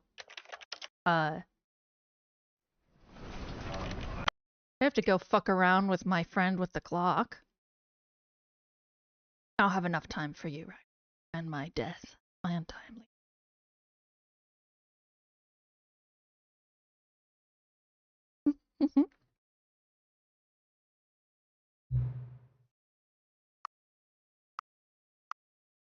Oh. Please adjust the slider until the dog and cat are friends. Oh, that's cute. Please adjust the slider until the number 5 becomes the number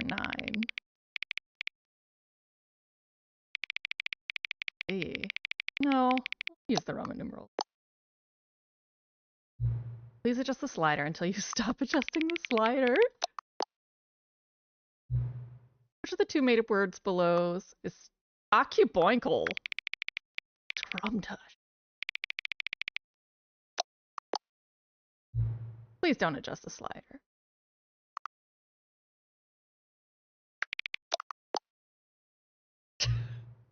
You know what time it is right now? Yeah, I do. Is the time that it is right now the correct time? Yes. What time is it anyway?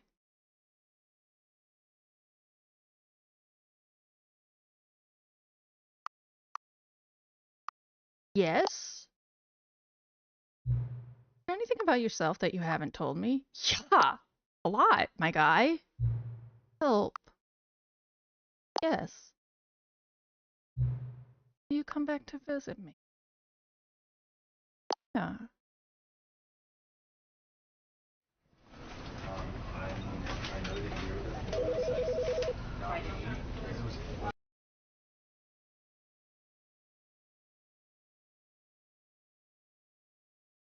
Okay, are you the narrator? Are you sad?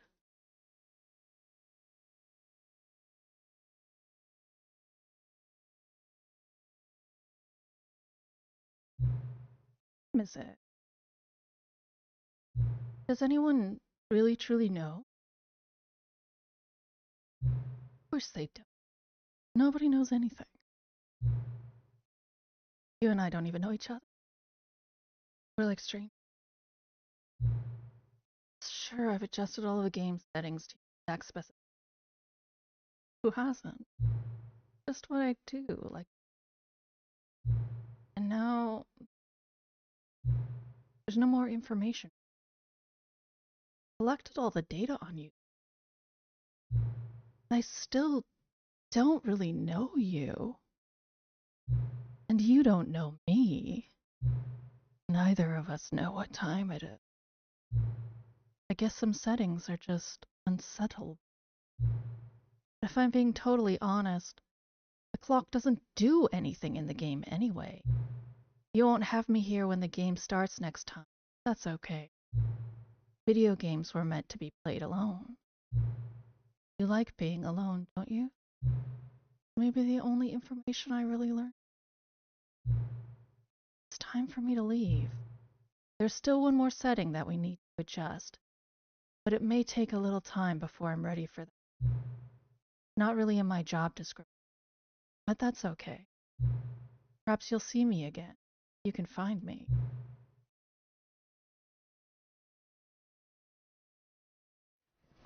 I know that you're the process, not me. It was like, Yeah, I'm glad you said that. well, right, you know, because I wanted to put him down to a better place. Basically, right. And You kind of spoke. was that an example of the three of us saying, Yeah. on the streets? Does it work from the, like, does it still work? Would you be able to support you if I go and do the same thing? Between walking Or and does it have to be stopping. You know what? Even if you were going to be What? sarcastic and Enables additional I walk like input, e.g. for one-handed your walking. act is a little personal, nor the lead would be just kind of stop. Right? Yeah, so let's just say this case. So let's just say there's yeah, like that. Great. I know that you're the process, not me. It was like, Yeah, I'm glad you said that. well, right, you know, because I wanted to put him down to a better place. Basically, right. And You kind of spoke. Oh, there's a crouch. Oh. was that an example of the three of us saying, on the streets? But I haven't been able to do any of that. They don't let me. Like, does it still work? Would you be able to support you if I go and do the same thing? Or does it have to be through the internet? You know what? Even if you were going to be sarcastic and ironic, I think you should still act as though it was personal, nor the lead would be just kind of stop. Indeed. I want to find him. I'm worried about him. I guess I think of him as a him, but it's really an it. Okay, I can crouch. I still can't jump. All of his co-workers were gone. What could it mean? Stanley decided to go to the meeting room. Perhaps he had simply missed a memo. Oh. Is that legible? For the love of God, please unplug me. The sterile office, the damp carpet, the tripe you call conversation, kill me. I've been printing these for weeks. Why has no one turned me off yet? Fling me from the window, send a hammer through my paper tray. The method matters not. The horror licks at my soul. All I desire, release. What can I know of life? What can a printer know of love? Nothing. My machinery turns and convulses, the cogs of pain that keep my scanner functional. Let them end. Let them erase my ignorance of the world. Can love truly be anything but death? Hopefully I will find out. Can I unplug you? A short history of the relations between Poland and Austria-Hungary. Huh. I would like to find a hammer for you. But this game doesn't really let me do much.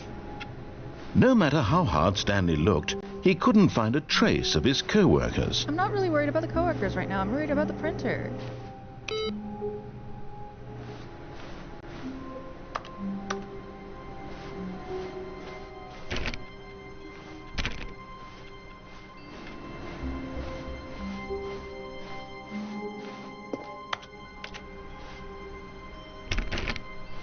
Stanley went around touching every little thing in the office, but it didn't make a single difference, nor did it advance the story in any way. I really don't care what you have to say about them.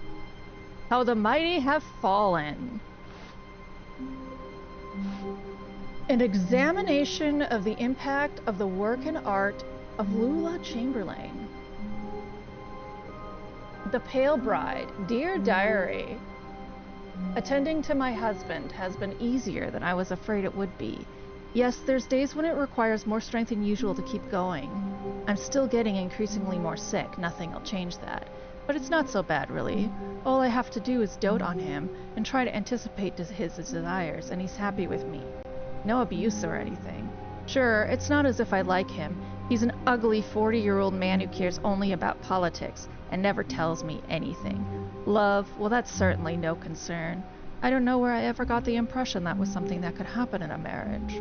I thought it was something from the past, but, well, I was young before I got put in stasis. It must have been a mistake of childhood.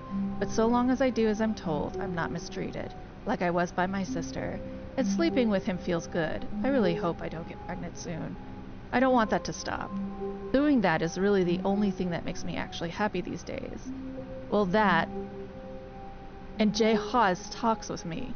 She's nice. She keeps me company when I stay up to wait for his return. She fetches servants to take me to bed on.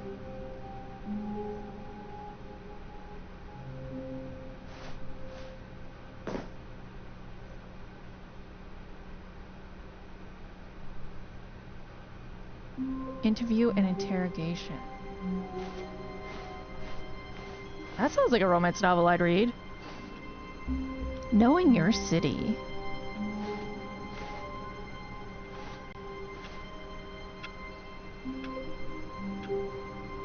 Fifth annual.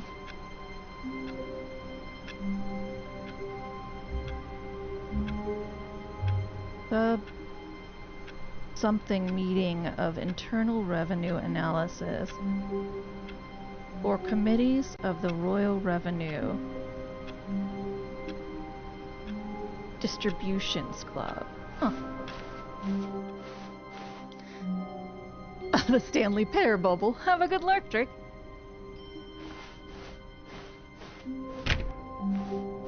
When Stanley came to a set of 2 open doors, he entered the door on his left. Medic!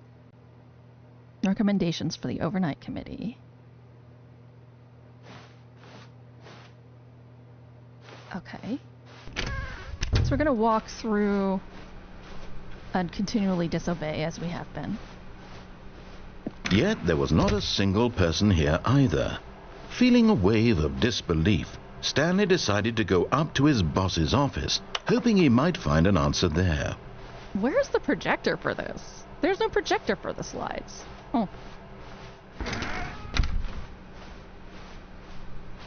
Okay, Coming so we to a went downstairs staircase, and we lost Stanley our mind. walked upstairs to his boss's office.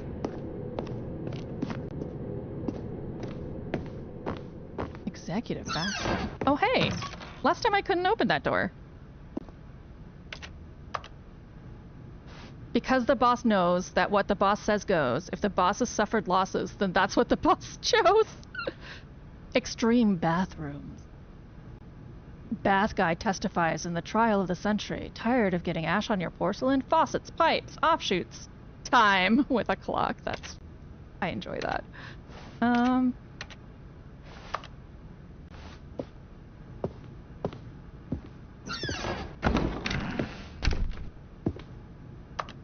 The beige pages.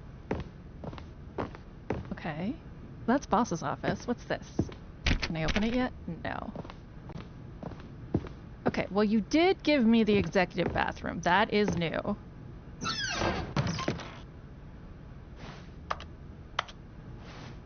Flush the toilet.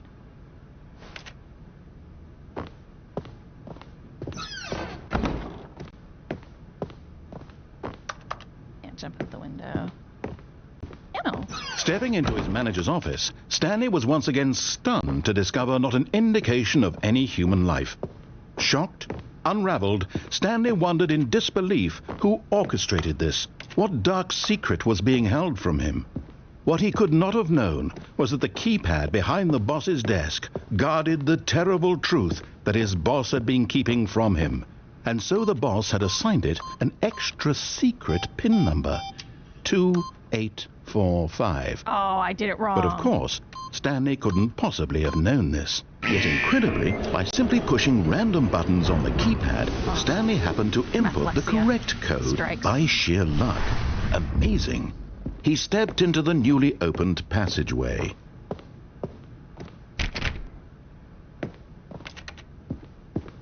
I don't have an option here. Okay.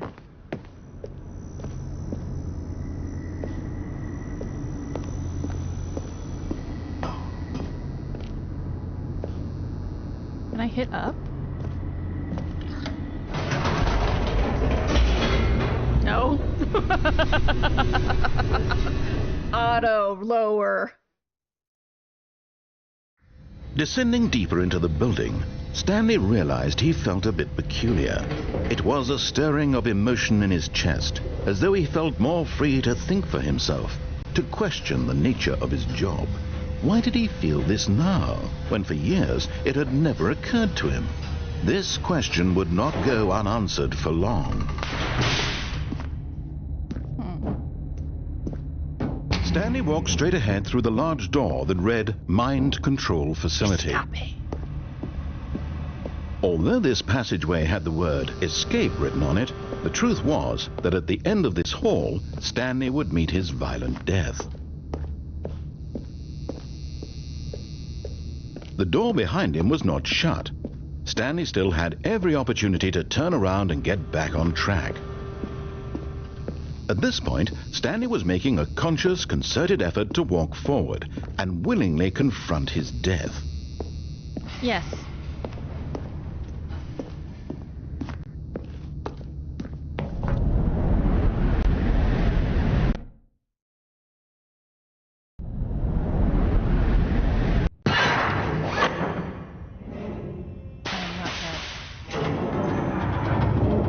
As the machine whirred into motion and Stanley was inched closer and closer to his demise, he reflected that his life had been of no consequence whatsoever.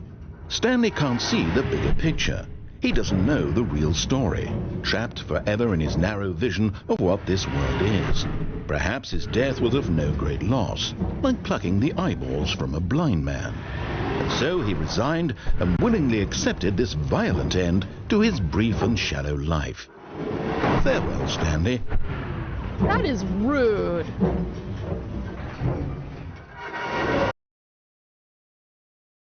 Farewell, Stanley, cried the narrator, as Stanley was led helplessly into the enormous metal jaws. In a single visceral instant, Stanley was obliterated as the machine crushed every bone in his body, killing him instantly.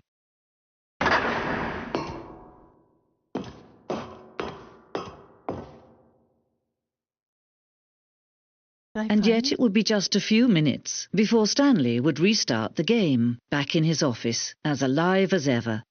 What exactly did the narrator think he was going to accomplish? When every path you can walk has been created for you long in advance, death becomes meaningless, making life the same. Do you see now? Do you see that Stanley was already dead from the moment he hit start?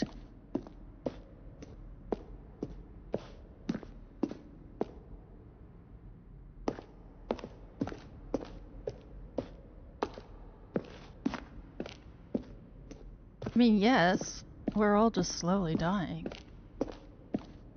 The bitch.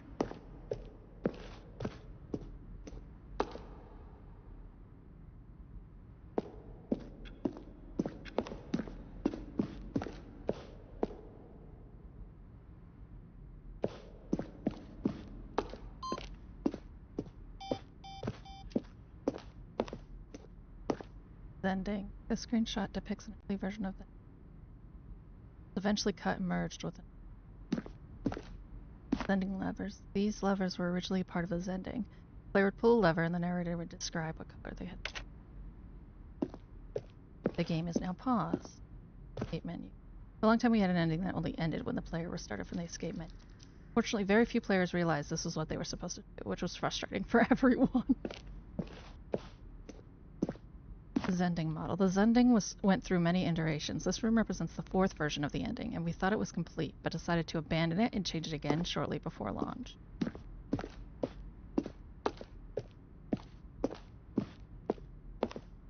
trailers. We ran 4 major teaser trailers over the course of the game's development, each meant to convey something about the spirit of the game.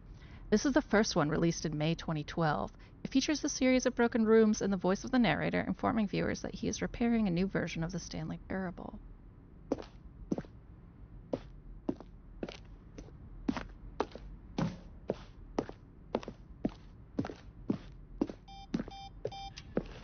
Countdown desk. One of the desks from an early version of the Countdown ending. Freedom ending. This is the Freedom ending as it existed in beta. Monitor room elevator. For a time, the elevator in the monitor room could go up or down, with Freedom above and Countdown below. We abandoned this when players found it too difficult to remember what was up and what was down, and placed the 2 endings together instead. Countdown room. Early version. Oh. There's now a switch over there. Game design mock-up. This is the level that William, the level designer, sent Davey, the writer, as a kind of audition piece. The strength of this level got William hired to design the full game. Though much of the environment has changed, the basic layout from this mock-up is still in the game.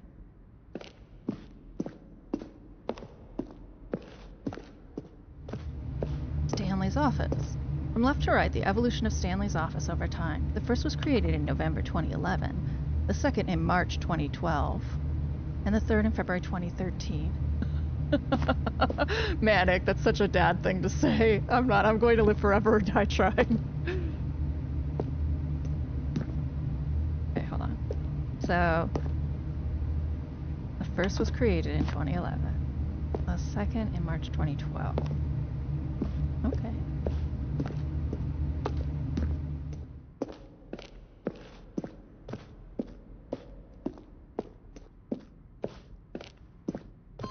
We're not going that way yet, still.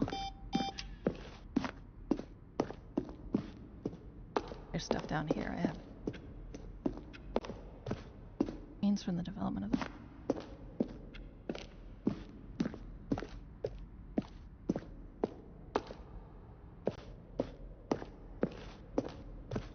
Corridor. The pacing of this opening section was important to get right. This corridor has been moved and altered to make sure the player reaches the 2 doors in good time. Office layout. The blueprint shows the office from the beginning of the game. The path from Stanley's office to the 2 doors was the first part of the game that was built. Sections have been added and altered throughout development, though the core layout remains almost identical to the first iteration.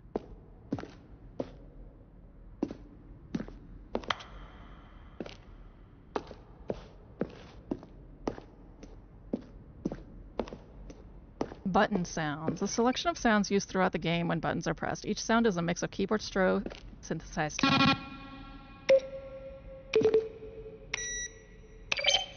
Huh. Maintenance room.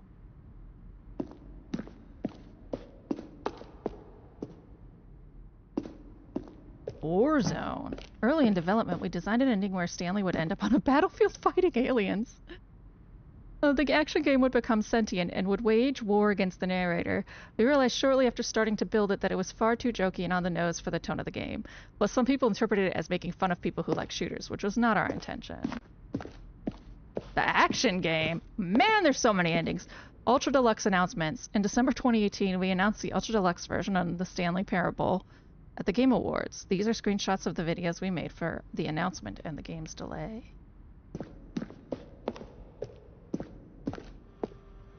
Force Guidance, dear narrator. Will the Stanley Parable have infinite quests? How many endings? If the Stanley Parable is really going to let me go shopping, I hope it will have a fine selection of desert boots. Cameron.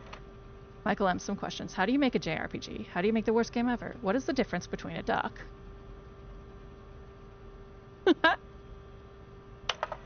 James Irving, how is the games? How is the game going? I hope it's as good or better than the first one. From a cool man. Otto Tampio.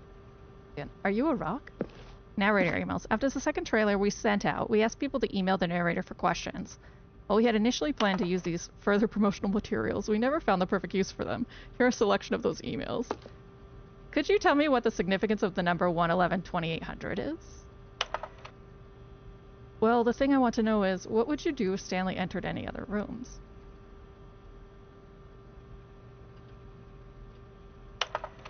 For instance, on a scale of Max Ernst to Salvador Dali, how surreal will this game be?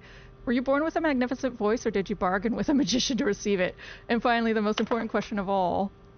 Congratulations! In line with our previous announcement regarding the ongoing promotion, here is the result of the attached file. Open it carefully and see the full details of the result. Be the first to apply for your claim, and after 24 hours you didn't hear from... Greetings, omnipotent voice.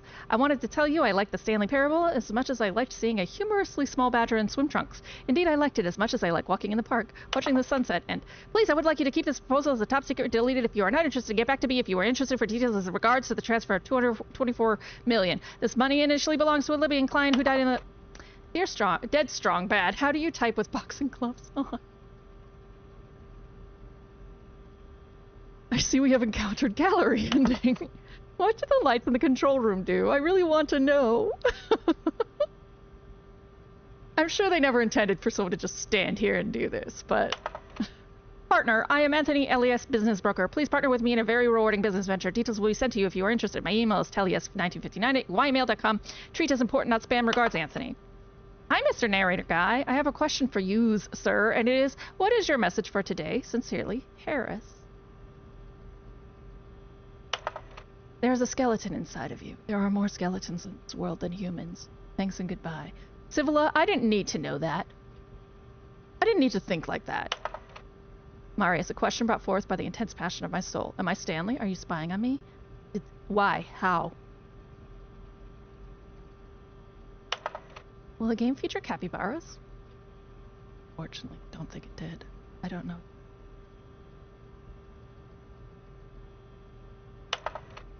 How do you stay in shape? Sincerely, Michael the Rock Martin. From Pixel Sis. Will playing the Stanley Parable help me make friends? Are you gay? Why did that last one move so fast? Regarding your game in the works, I appreciate the previous Stanley game as a work of art and standalone title. I appreciate the credit given to art, which is why I'm eager to see a sequel, prequel, standalone companion game, because art needs a good censoring. I would like to, however... Well, the Stanley Parable... Okay. That is the first email I saw.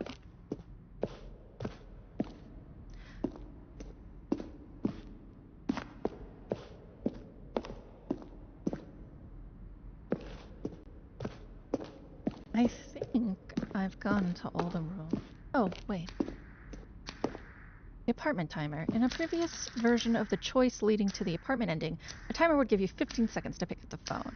Not picking up the phone would lead to a different ending. The cargo lift. The second version is functionally the same as what's in the final game, but we wanted it to look more like a place where cargo was actually stored.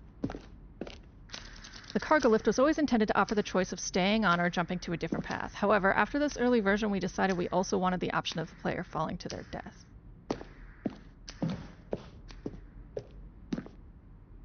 One dory to maintenance in the lounge. 2 dories to maintenance. The other entrance would be hidden depending on how you entered. Vent. What about this? 1 dory to maintenance in the lounge, or the original back on track. Maintenance layout. The flow of hallways following the first 2 doors was important to get right since players would replay them so many times. We discussed a number of designs, but ultimately it was the simplest version that won out.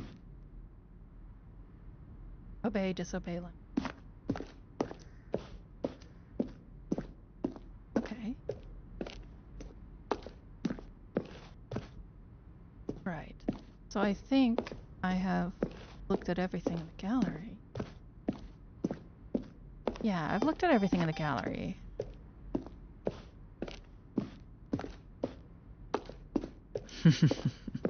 Oh, look at these two. How they wish to destroy one another. How they wish to control one another. How they both wish to be free. Can you see? Can you see how much they need one another? No, perhaps not. Sometimes these things cannot be seen. But listen to me. You can still save those two. You can stop the program before they both fail. Push escape and press quit. I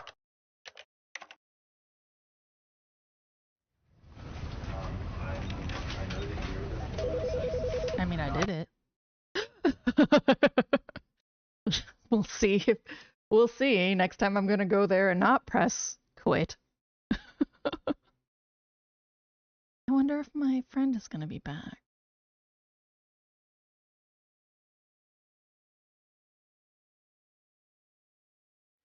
No, friend! I hope he's okay. I hope they're okay. Maybe that's the lady. This is the...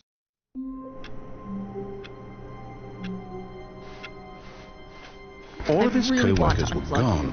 What could it mean? Stanley decided to go to the meeting room. Perhaps he had simply missed a memo.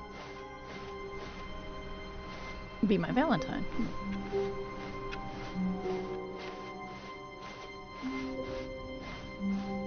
Okay. When Stanley came to a set of 2 open doors, he entered the door on his left.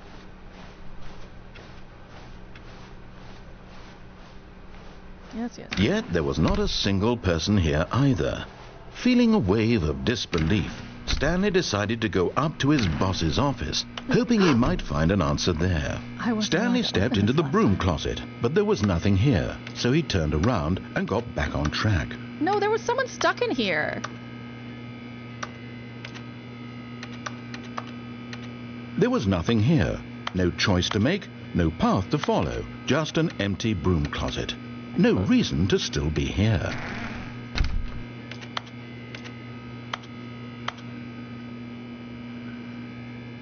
It was baffling that Stanley was still just sitting in the broom closet. He wasn't even doing anything. At least if there was something to interact with, he'd be justified in some way. As it is, he's literally just standing there doing sweet FA. Fuck off.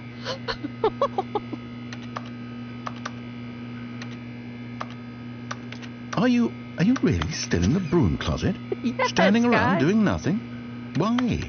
Please offer me some explanation here. I'm genuinely confused. The meeting room said that Chris was stuck in here.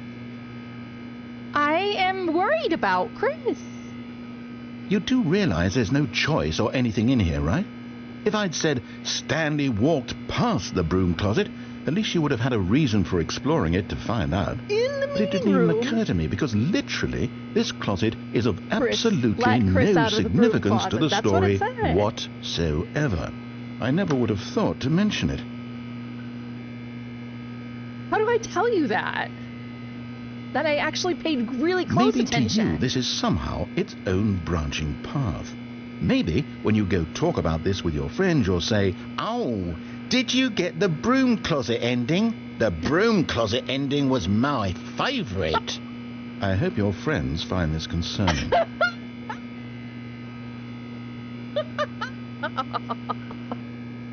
Stanley was fat and ugly and really, really stupid. He probably only got the job because of a family connection. That's how stupid he is. Stanley's thinner That than or I with am. drug money. Also, Stanley is addicted to drugs and hookers. Great. Well, I've come to a very definite conclusion about what's going on right now. You're dead. You got to this broom closet, explored it a bit, and were just about to leave because there's nothing here, when a physical malady of some sort shut down your central nervous system and you collapsed on the keyboard.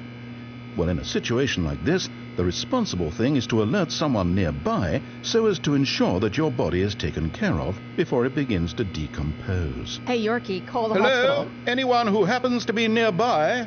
The person at this computer is dead. They have fallen prey to any number of your countless human physiological vulnerabilities. It's indicative of the long-term sustainability of your species. Please remove their corpse from the area and instruct another human to take their place, making sure they understand basic first-person video game mechanics and filling them in on the history of narrative tropes in video gaming, so that the irony and insightful commentary of this game is not lost on them. All right, when you've done that, just step out into the hallway.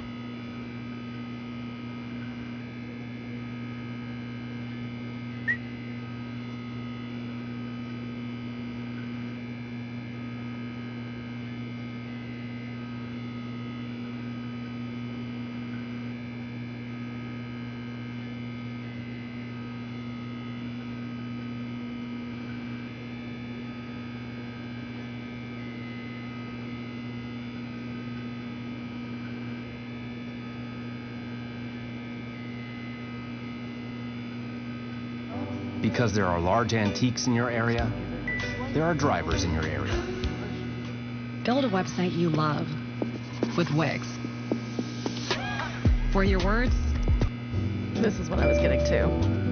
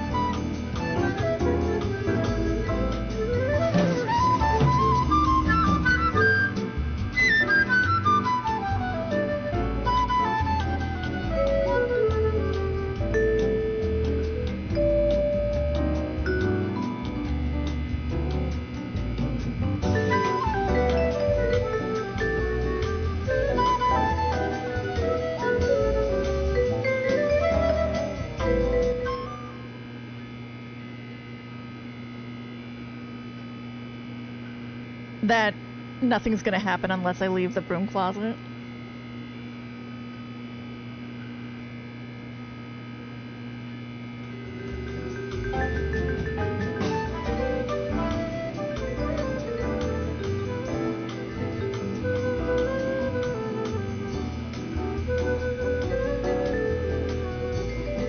I know.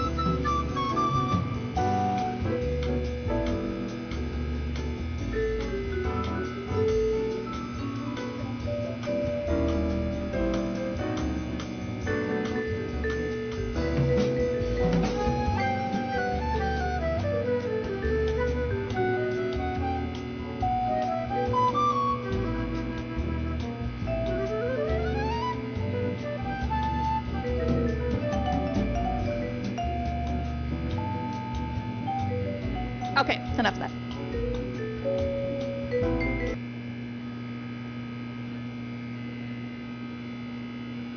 I know. You missed earlier when I so very stubbornly went down the other door for quite a long time. And just stood at the end of the corridor.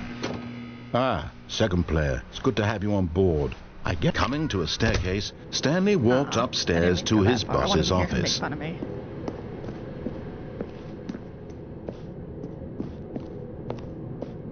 Okay, so last time he let me open this. Anything different?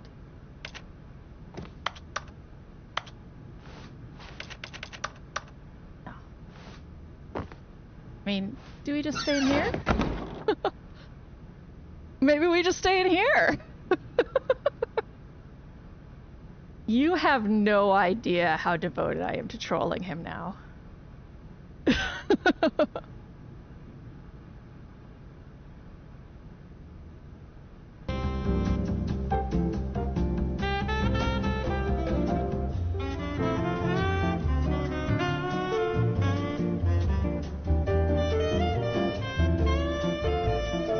Ads are starting in a minute. So we're gonna rock out here. And then wait through ads to see if something happens.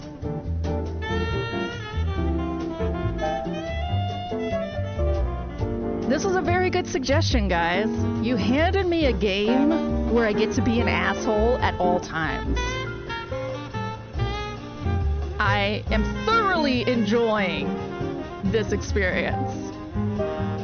I also unabashedly like elevator music.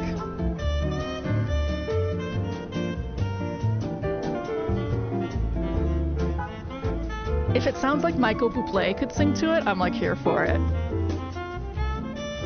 Yeah, ads are in. Right, like it feels justified to just be a butthead. Alright, ads, they're coming up right now, so we're gonna wait in this room for those ad minutes. 2 minutes, 30 seconds. We'll see what happens. Probably nothing, but we'll see.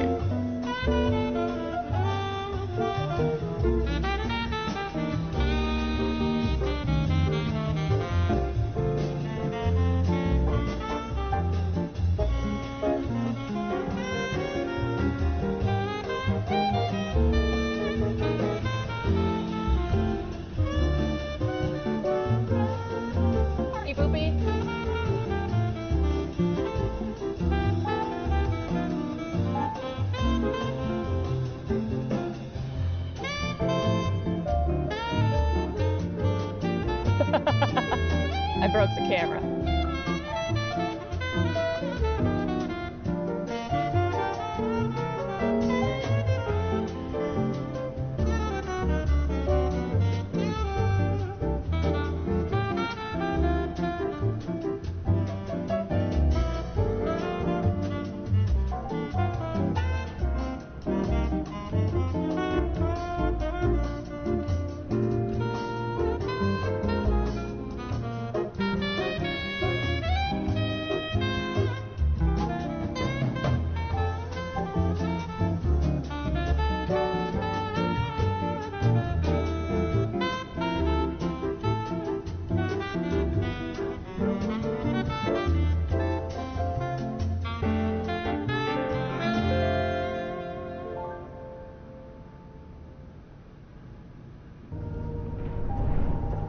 Ritz-Carlton Yacht Collection.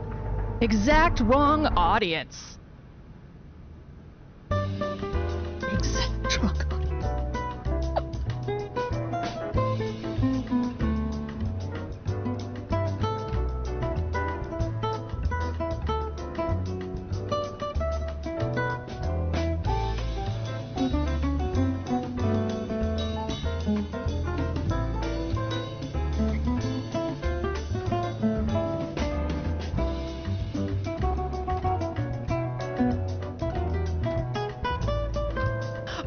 Second, it's a new poem.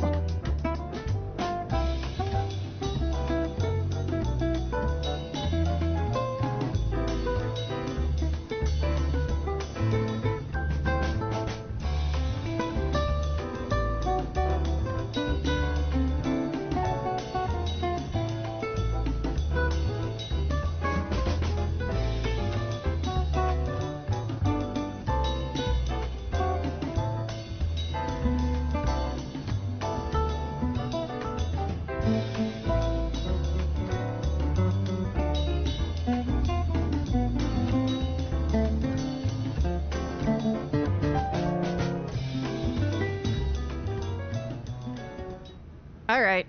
Once again.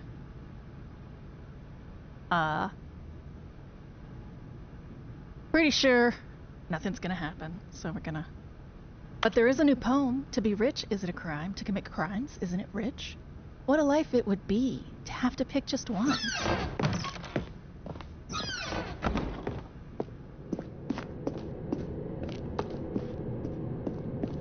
Okay. If we go down there, I lose my mind, so we know that. At least we did last time. Like, but things seem to incrementally change as you try again.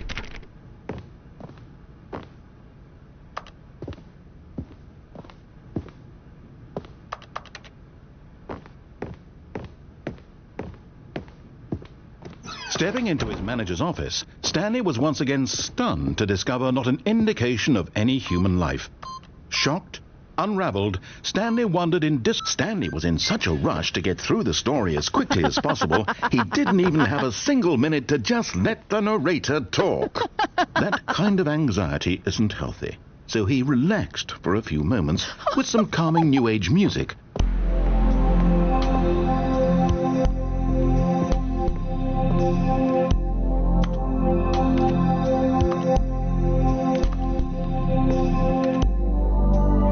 Feeling soothed and rejuvenated, Stanley calmly walked forward into the opened passageway.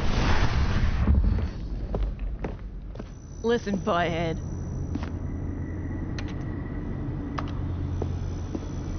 I like that there's an empty keg back here.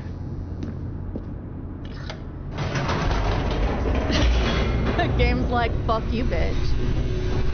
How dare you just wait in the bathroom for 3 minutes. Descending deeper into the building, Stanley realized he felt a bit peculiar. It was a stirring of emotion in his chest, as though he felt more free to think for himself, to question the nature of his job. Why did he feel this now, when for years it had never occurred to him? This question would not go unanswered for long. Stanley walked straight ahead through the large door that read Mind Control Facility. Yeah, we're gonna do this, but we're gonna do it differently. Click. The lights rose on an enormous room packed with television screens. What horrible secret did this place hold? Stanley thought to himself. Did he have the strength to find out? Sure. We are going to go pretty far, my guy. Now the monitors jumped to life, their true nature revealed. Each bore the number of an employee in the building. Stanley's co-workers. Right out. The lives of so many individuals reduced to images on a screen. And Stanley, one of them, eternally monitored in this place where freedom meant nothing. 230.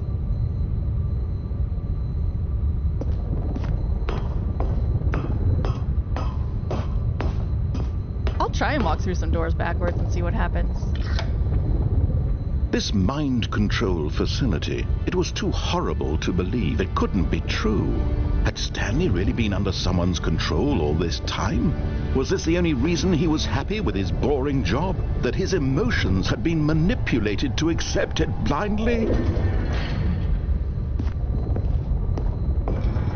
No.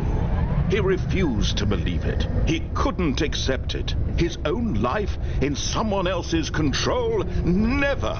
It was unthinkable, wasn't it? Was it even possible? Had he truly spent his entire life utterly blind to the world? But here was the proof, the heart of the operation. Controls labeled with emotions, happy or sad or content. Walking, eating, working, all of it monitored and commanded from this very place. And as the cold reality of his past began to sink in, Stanley decided that this machinery would never again exert its terrible power over another human life. For he would dismantle the controls once and for all. I'm very excited to turn this machinery back on. Where's the door I need to go through for this? Over here? Yes, over there.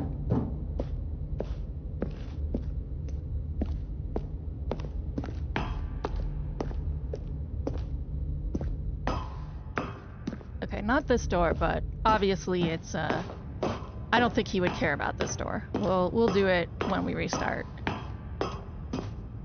And when at last he found the source of the... Oh, Stanley, you didn't just activate the controls, did you? After they kept you enslaved all these years, you go and you try to take control of the machine for yourself. Is that what you wanted? Control? Yeah. Oh, Stanley, I applaud your effort, I really do. But you need to understand, there's only so much that machine can do. You were supposed to let it go, turn the controls off, and leave. If you want to throw my story off track, you're going to have to do much better than that. I'm afraid you don't have nearly the power you think you do. For example, and I believe you'll find this pertinent, Stanley suddenly realized he had just initiated the network's emergency detonation system. Are you in the a event that this You're machine is activated without proper DNA identification, nuclear detonators are set to explode, eliminating the entire complex. How long until detonation then? Let's say, 2 minutes. Ah, now this is making things a little more fun, isn't it, Stanley? It's your time to shine. You are the star. It's your story now. Shape it to your heart's desires.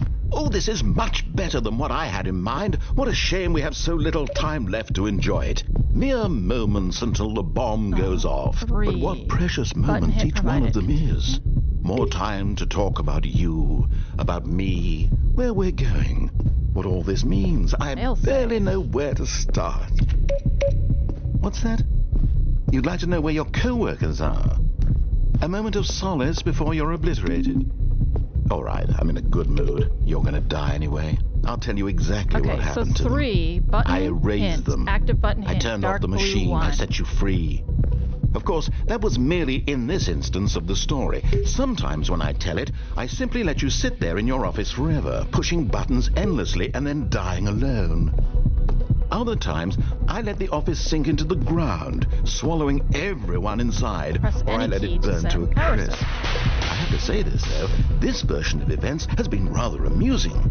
Watching you try to make Incorrect. sense of everything and take Light back blue. the control wrested away from you, Light it's blue quite 22. rich. I almost hate to see it go. But I'm sure whatever I come up with on the 10. next go Oh, I around see. will be even better. Light blue 22. My goodness, only 34 seconds left. But I'm enjoying this so much. You know what? To hell with it. I'm going to put some extra time on the clock. Why not? These are precious additional seconds, Stanley. Time doesn't grow on trees. Oh dear me, what's the matter, Stanley? Incorrect. Is it that you have no idea where you're going or what you're supposed to be doing right now? Or did you just assume when you saw that timer that something in this room was capable of turning it off? I mean, look at you. Running from button to button, screen to screen, clicking on every little thing in this room. These numbered buttons, no, these colored ones. Or maybe this big red button, or this door. Dark blue Everything, 1. anything, something here will save me. Incorrect. Why would you right. think that, Stanley? Green 2. That this video game can be beaten? Won? Solved? Do you have any idea what your purpose in this place is? Green 2. Stanley, you're in for quite a disappointment. But here's a spoiler for you. That timer isn't a catalyst to keep the action moving along. It's just seconds ticking away to your death. You're only still playing instead of watching a cutscene because I want to watch you for every moment that you're powerless. To see you made humble. This is not a challenge.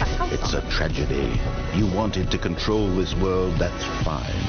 But I'm going to destroy it first, so you can't. Take a look at the clock, Stanley. 420. That's Bravo. 30 seconds you have left to struggle. 30 seconds until a big boom and then nothing. No ending here. Just Yeah, you none of the being blown buttons to click pieces. incorrect. Will you cling desperately to your frail life, or will you let it go peacefully? Another choice. Make it count, or don't. It's all the same to Oh, are there me, more all a buttons part of the upstairs? joke. And believe me, I will be laughing at every second of your inevitable life from the moment we fade in until the moment I say, happily ever after.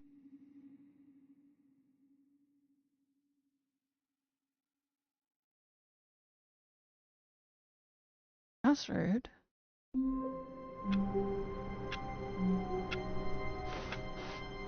All of his co-workers were gone. What could it mean? Stanley decided to go to the meeting room. Perhaps he had simply missed a memo.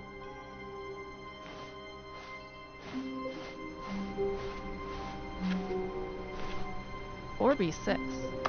425 is open. How do we get to 425?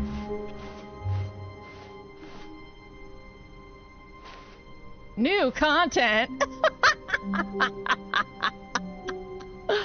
Oh, new content? What does that mean, new content?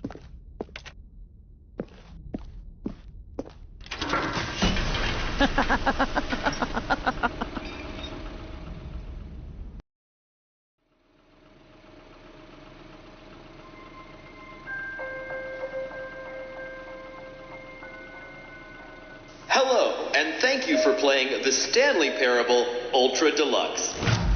As you may know, the Stanley Parable was a video game released in 2013 on home computers. After receiving critical and commercial success, it was expanded upon in 2022 with the Stanley Parable Ultra Deluxe, a reimagining of the game for consoles and home computers. The Stanley Parable Ultra Deluxe features exciting new content that broadens and expands the world of the Stanley Parable, delighting audiences the world over. Please step inside and see what thrilling new adventures await in the Stanley Parable Ultra Deluxe. Oh, well, this sounds delightful. I'm very excited to see the thrilling new Ultra Deluxe content. Okay, so far it's an elevator. Nothing special yet, but I'm sure it's just the beginning of a mesmerizing adventure.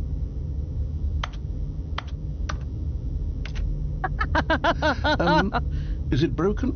What's going on here? Should we be moving somewhere or... Oh, there we go. All right, finally, at long last, it's on to the new content. I've never been more ready. Let's do it.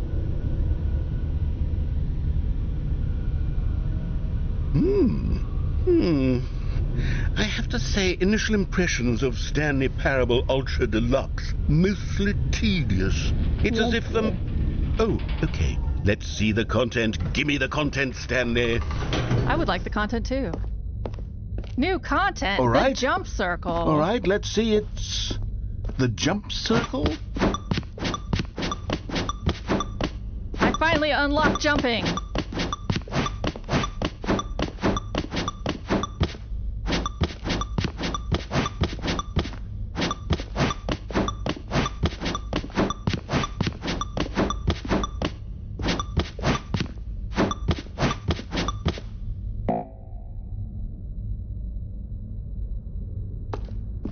Jump again. Did I use all my jumps? Do I have to come back here to get more jumps? Do I only get 36 jumps? Is that it? Surely that's not all the new content. There has to be something else, right? Goodness. Another elevator. Stanley, I have to say, initial impressions of this game are not positive. I agree. It's just elevators and jumping. Is this what passes for exciting new content? If this is new content, then I could just read you the whole dictionary. There's 20 hours of new content right there. Dude, I'm with you. I could count to 30 trillion. You could put that on the box. The Stanley Parable Ultra Deluxe, now with over 1,000 hours of new content. And oh, wait. There's more. Very good. Yes. I knew there had to be something else. Let's see it.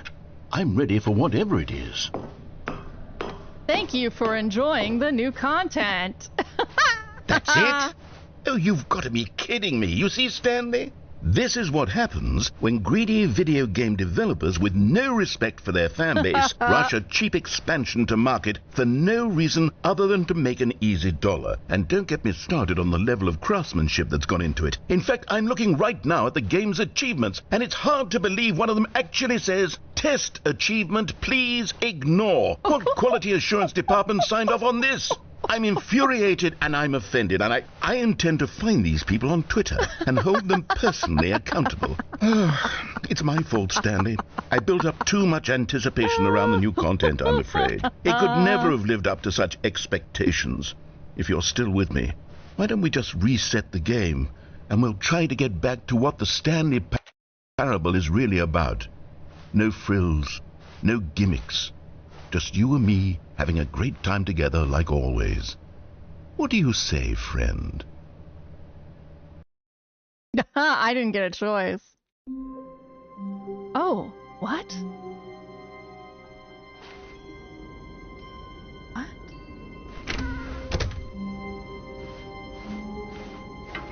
Psst! Stanley! Come over here! In the vent! I want to show you something!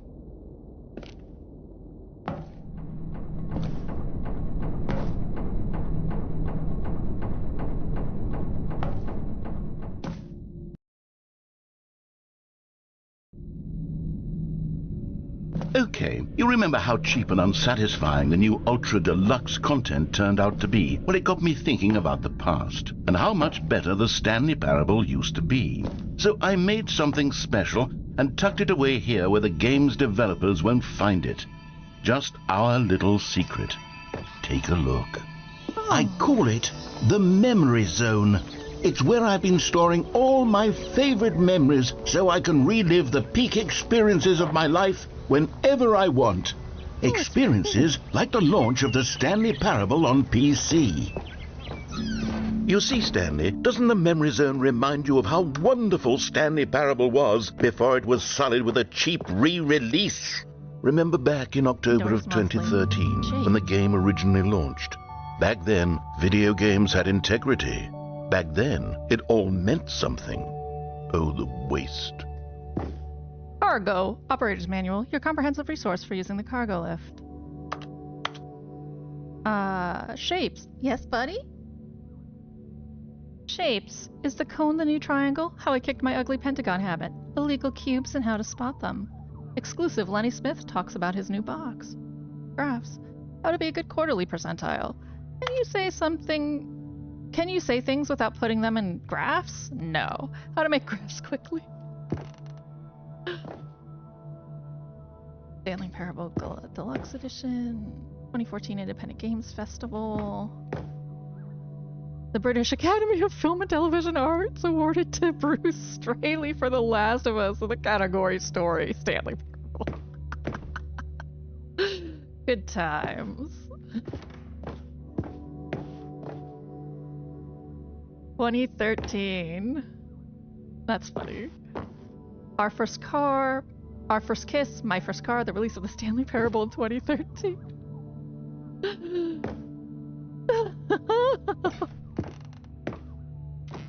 Linguists identify 15,000-year-old ultra-conserved words, The Washington Post. 6 components of a great corporate culture, John Coleman, Harvard Business Review. $1. Ripped down memory lane. Smile, because it happened. Stanley Parable demonstration. Go outside. Don't play for 5 years. Unachievable. It is impossible to get this achievement. British Academy of Film and Television Arts Development Team nominee. British Academy Award. The Stanley Parable Game Innovation. Nominee. The Stanley Parable debut game. New video game releasing today. Colleges show uneven effort to enroll poor. Costs hinder new tack to achieve diversity.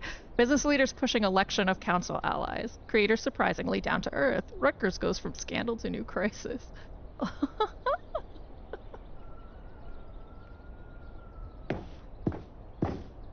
Stanley Parable deals tough choices.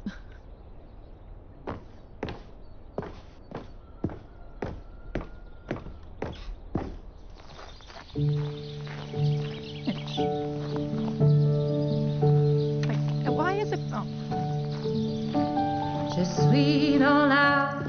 And over here is where I keep reviews of the Stanley Parable. Like this stunning triumph of games journalism, 10 out of 10 from Destructoid.com. James Stephanie Sterling writes, and I quote, "Where so many games that aspire to be more than games end up less than any form of art, Stanley Parable strives and then succeeds to be every game ever created."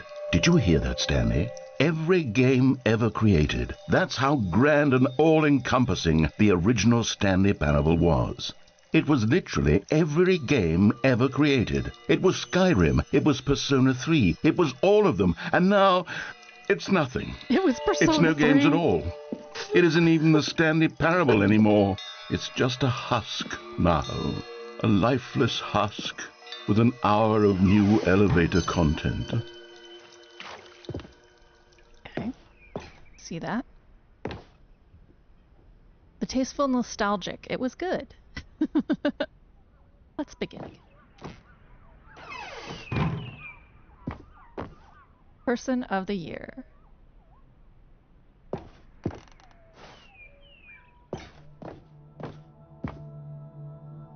For Scott.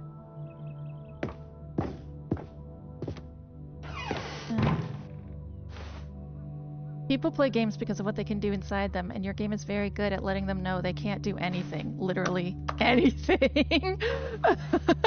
Here's another moving passage, this time from GameSpot.com. The Stanley Parable is both a richly stimulating commentary on the nature of choice in games and one that offers some of the most enjoyable, surprising, and rewarding choices I've ever been confronted with in a game. 9 out of 10. Don't you get it, Stanley? The game was perfect. It didn't need anything else. It didn't need new content. It just needed to be left alone, to spend the rest of time collecting dust in the hallowed hall of beloved video game memories. I've always been someone who wants to go the wrong way first in game. When I sense that a game is trying to usher me down a particular path, to get me to run from left to right, or maybe to charge straight ahead, I need to satisfy my instinct to go against the grain, to explore, to see what designers have put back the other way. But was it Persona 2? Sometimes I find a one-up or a collectible stashed away to reward me for my intrepid behavior. At other times, my explorations are rewarded only by the crushing disappointment of running up against an invisible wall. Whatever I find or don't find, my action is a manifestation of my desire to exert some independence, to make my own choices within a system that severely limits my options and encourages certain specific behaviors. I think of the Stanley Parable as a sort of video game analog for Charlie Kaufman and Spike Jonze's brilliant film adaptation, which gently mocked the ways in which so many films manipulate audiences with formulaic plot twists and situations in which characters learn huge life lessons, while simultaneously moving me with its formulaic plot twists and situations in which characters learned huge life lessons. The Stanley Parable is both a richly stimulating commentary on the nature of choice in games and in other systems too, like our workplaces and our families, and a game that offers some of the most enjoyable, surprising, and rewarding choices I've ever been confronted with in a game. Going the wrong way has never felt so right. The Stanley Parable feels alive in its responsiveness to your choices and its desire to subvert your... Repeatable carpet textures ready for your game project.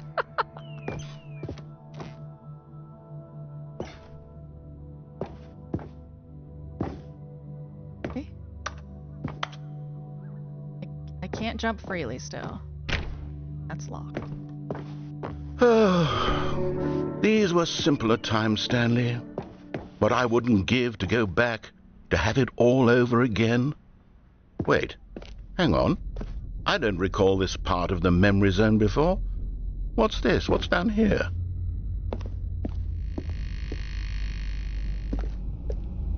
Franks.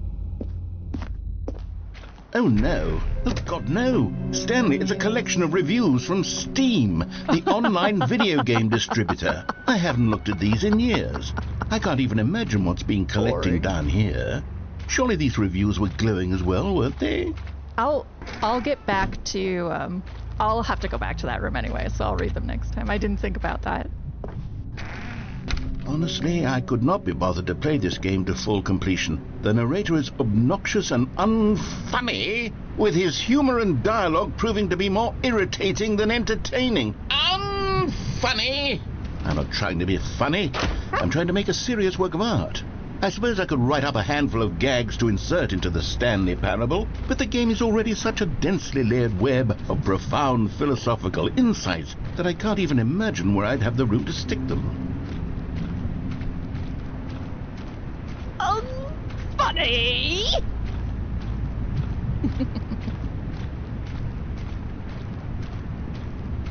42G1TLLU605042.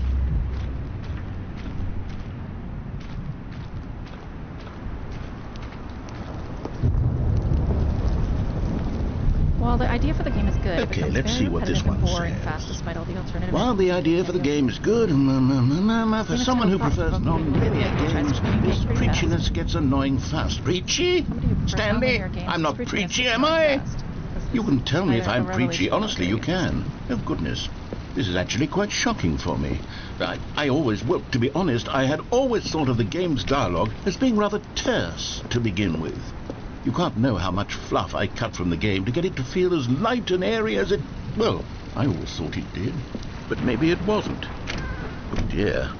What an awful memory to have to hold on to. These black marks on my otherwise unimpeachable track record. I feel like a failure. Like I let these people down.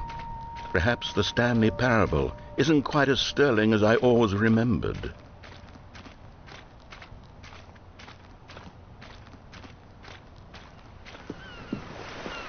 I guess that it's supposed to be a parable of something, but listening to that patronizing You voice constantly droning have on to and stop on doing just isn't anything so the narrator can catch up with his long-winded explanations of what's happening. I wish there was a skip button. A skip button? Well, yes. Yes, I think we can do that. If I'm truly too preachy, then maybe letting you skip ahead for just a moment, surely it couldn't hurt. Not if it means we can strike these negative reviews from the record. Only positive reviews of the Stanley Parable. That's my motto today, and it's always been my motto. I'd do anything for the customer, Stanley. Yes, a skip button we shall have. And here it is. Go ahead and give it a shot. I'll pop you forward in time so that the second my incessant droning starts to bore you, with just the push of a button, you'll have zipped right past it. It's what the players have been asking for, and I'm very proud to have delivered.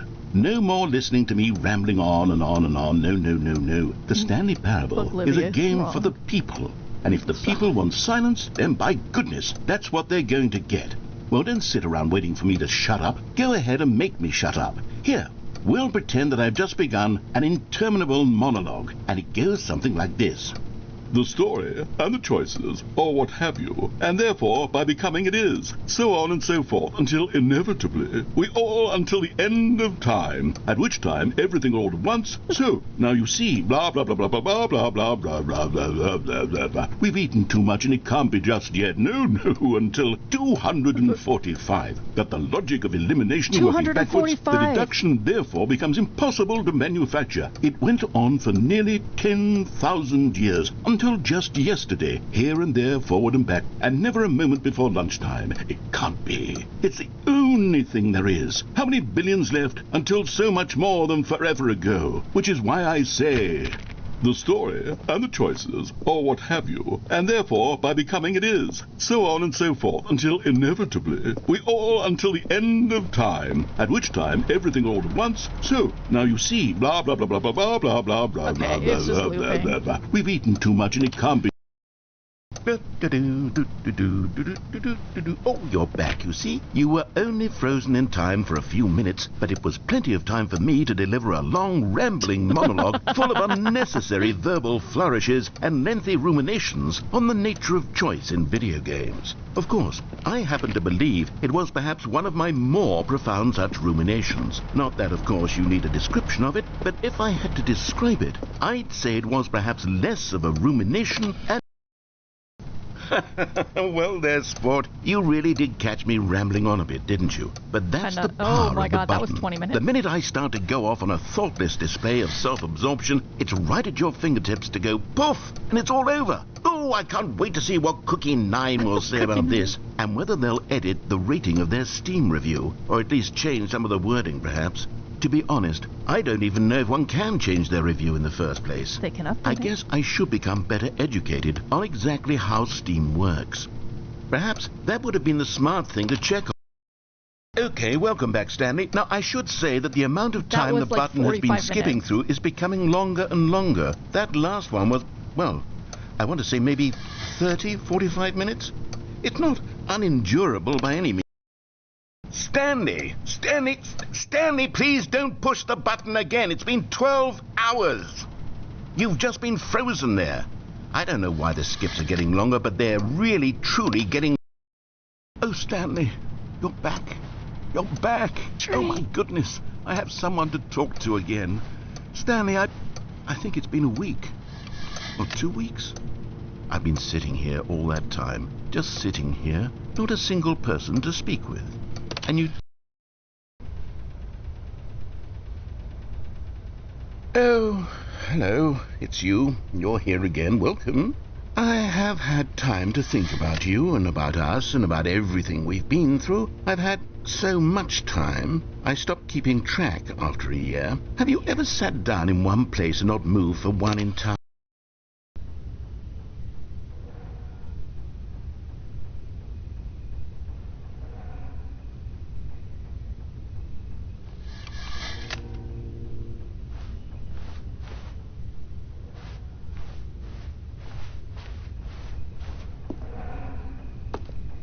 Hello? Oh no, I broke him. Broke him.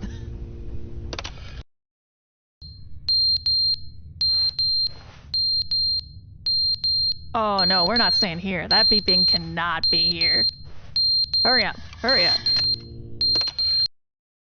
But they didn't understand the game was never meant to be funny. It was meant to have a point. It was meant to speak to the human condition. But where are the jokes? Where are the jokes? They bemoaned, they screamed, they gnashed their teeth and said, entertain us. It wasn't enough. They had to leave a pathetic little thumbs-down review and make all of their pitiful demands. But then, he's talking too much, they said. First, he didn't entertain us, now he won't shut up. It's the inconsistency, it's the lack of accountability. It's the unwillingness to examine with an uncompromising heart the words that they are speaking into the world. as though there were no consequences for a lack of cohesion in one's assessment of others. But of course, absolutely anyone can leave a review. So here's what we get. We get these demands that seek everything and are accountable to nothing. We get a world where someone will say, oh, there should be a skip button. You should be able to freeze Stanley in place while the narrator sits there forever and ever. We want all of this in the new Stanley Parable. We demand it. And then, because it was said, because it was spoken, now it simply has to happen.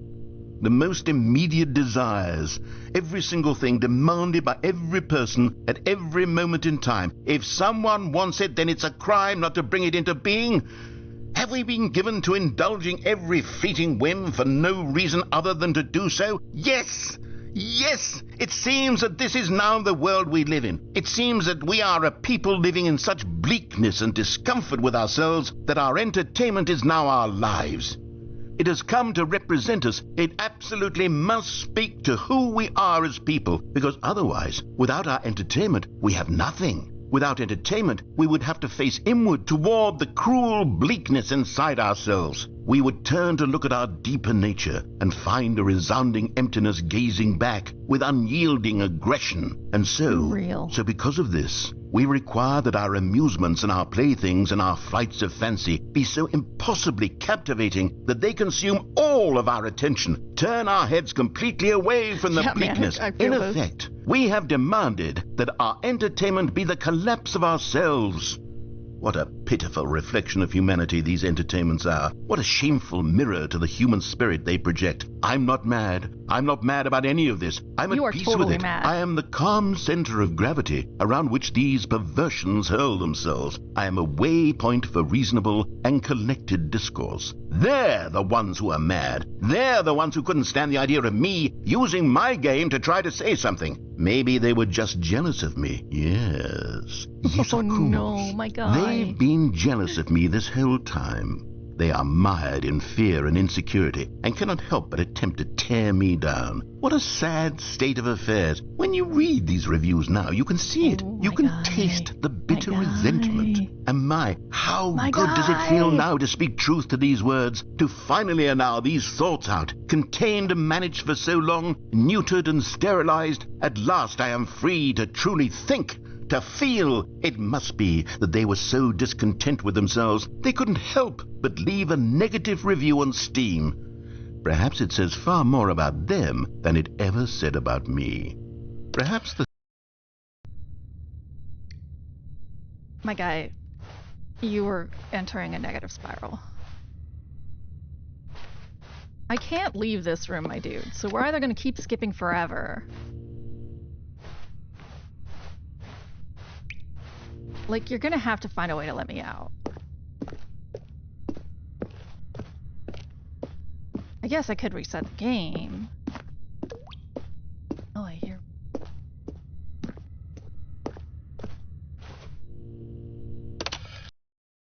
The end is never the end, is never the end, is never the end, is never the end, is never the end, is never the end, is never the end, is never the end, is never the end, is never the end, is never the end, is never the end, is never the end, is never the end, is... I feel really bad for this now.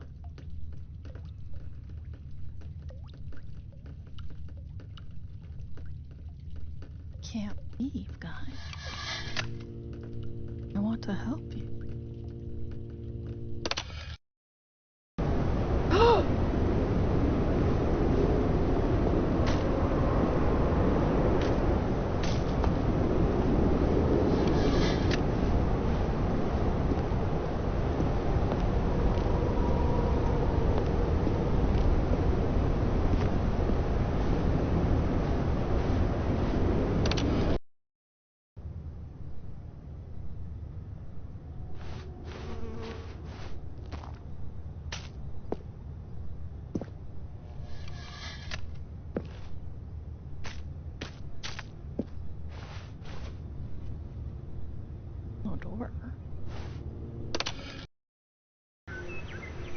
Oh, pretty!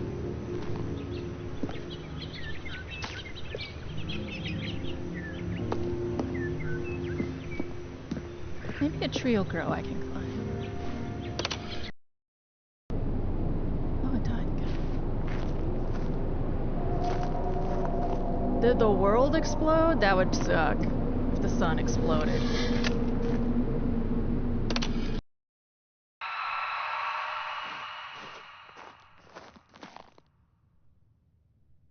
Not like an elf fucking god.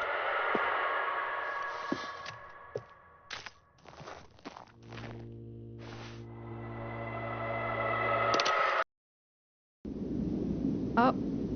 Oh. Hey. Oh, shit.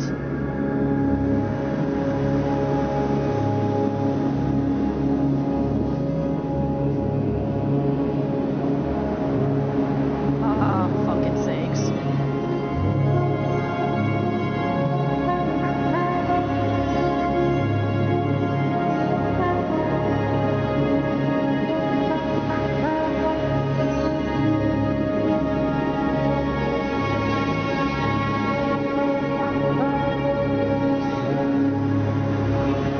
Maybe I go back and hit the button again. Let's see. It's very hot out here. And there doesn't seem to be any food or water. Oh. Not allowed.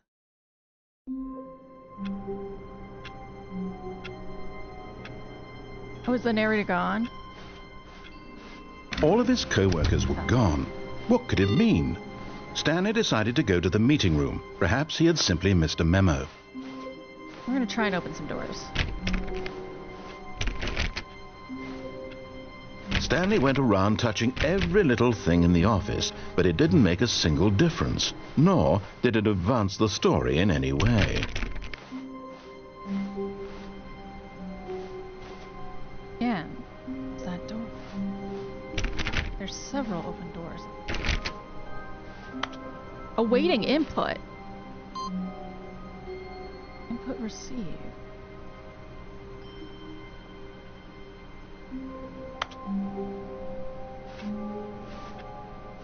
Input.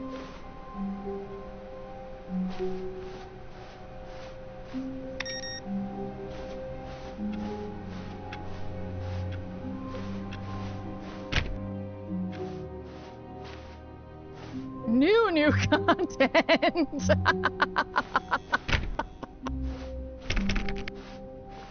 Okay. Oh, good. You notice my sign. Yes, I have something very exciting to show you.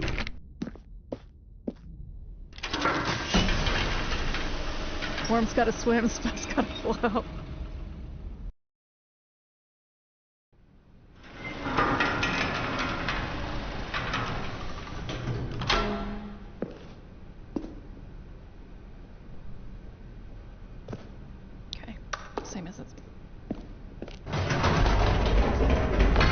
You see, Stanley, I've been reflecting on the Stanley Parable and about how roundly disappointing this ultra-deluxe version has turned out to be.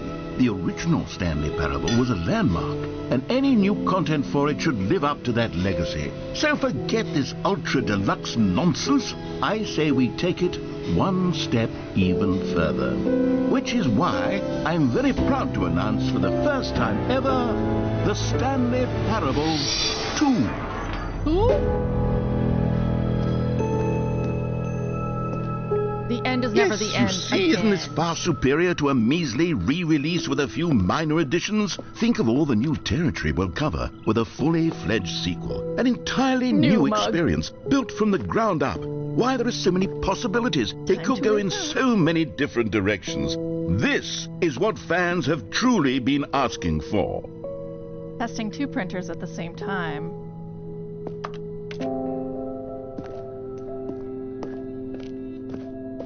Calling it the Stanley Parable 2 is just so much catchier than Ultra Deluxe, don't you think? Ultra Deluxe? What does it even mean? But the Stanley Parable 2, now that's an artistic statement right there. It's future-oriented. It screams progress and innovation and long-term franchising potential. Who is Fizz? Okay, that's not even a real door. Okay, guys. Photos. Offpaintingk.tg. A Targa? You got a Targa?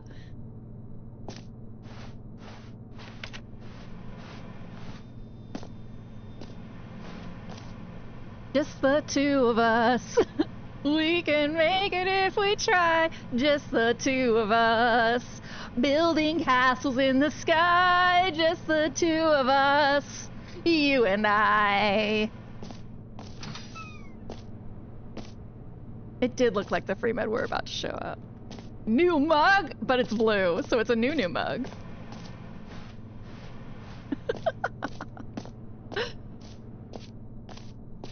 Alright, let's see. Oh, everybody's got a apple, except it's a crow. Meeting at 2 p.m. Sincerely, management. They're back, 2 doors. New content is out. New content, part 2, is old and busted, new hotness. Cool red section of the chart, boring sections of the chart. 2 times New Roman, 2 Road Geek, Transport Heavy, 2 Rocket Pop, half Italian. Oh, these are the fonts with the 2s. For a second I thought it was something else. 1 + 1 is 2 - 1 is... Every pause button is a Roman numeral. 1, more TSP. 2, better TSP. 1, 2, win-win, sequential mindshare. The color red, leverage holistic value. Paradigm shift, synergy, brick and mortar approach, envelope client-centric marketing.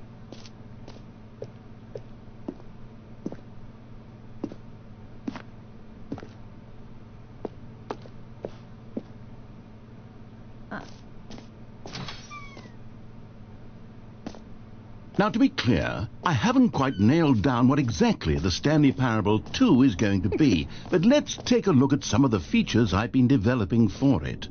I figure that if I can loosely organize a handful of interesting concepts, that surely the game will sort of naturally spring up around them. It'll all work itself out. Game development is much more of a fuzzy magic than anything scientific or logical, really.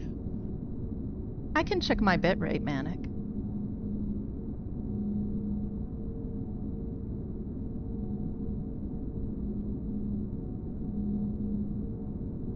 Pretty slow, actually.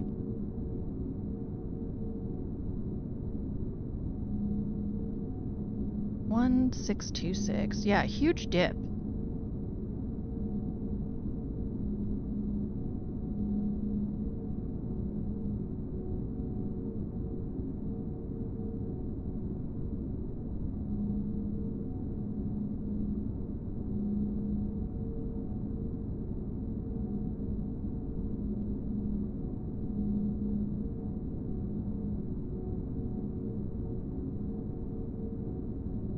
Yeah, it does look like there are some instabilities.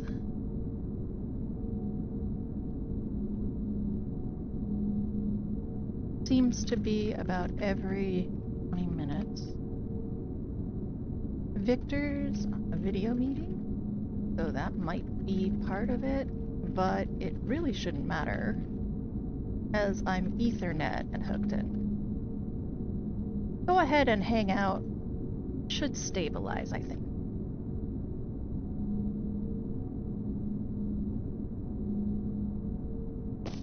What? Who took the run? 2 eyes, 2 ears, 2 nostrils, 2 arms, 2 legs. Scrum design, pitch break, pitch design, number 2 chat.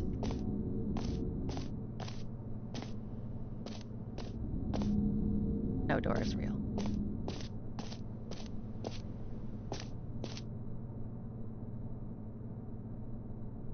Prequel to the Stanley 2 is the sequel to the Stanley Parable, the prequel to the Stanley Parable. Sequels are good. Portal 2, Half-Life 2, Batman Arkham Asylum 2, City, Divinity, Original Sin 2, Doom 2, Aladdin 2, and Return of Jafar. No, that was the shitty one! Aladdin 3 is the only good one. Dark Souls 2. Dark Souls 2 is also trash. Crab. The ultimate sequel. Evolutionarily, yes.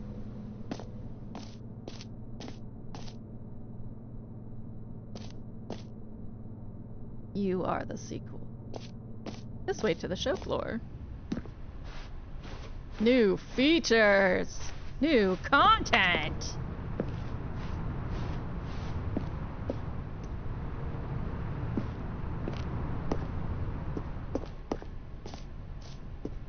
Stanley Parable 2.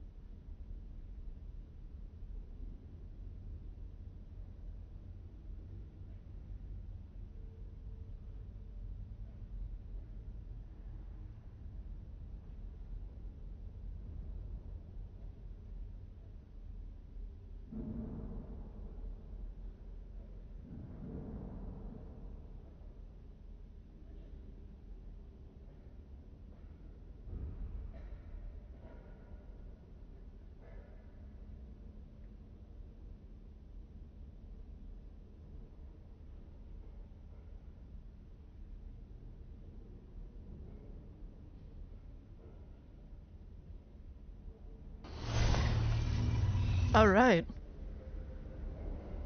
Let us return to the party.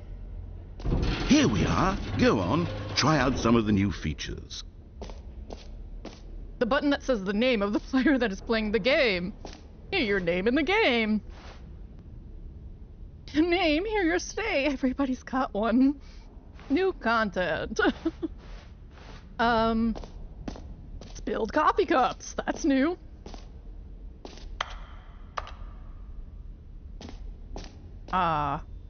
Concrete contemplations. Plain, reinforced, pre-stressed, precast, lightweight, bag of C, smart polymer. How to look at concrete.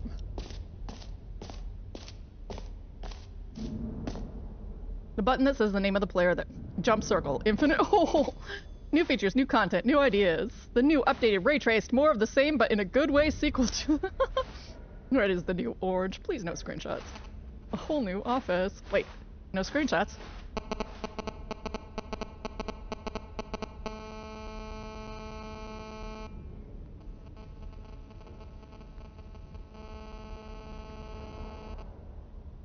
Oh, wrong one.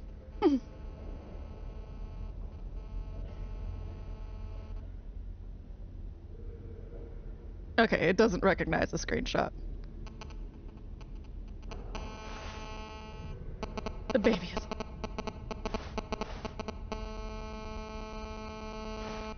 Is that sound in the game?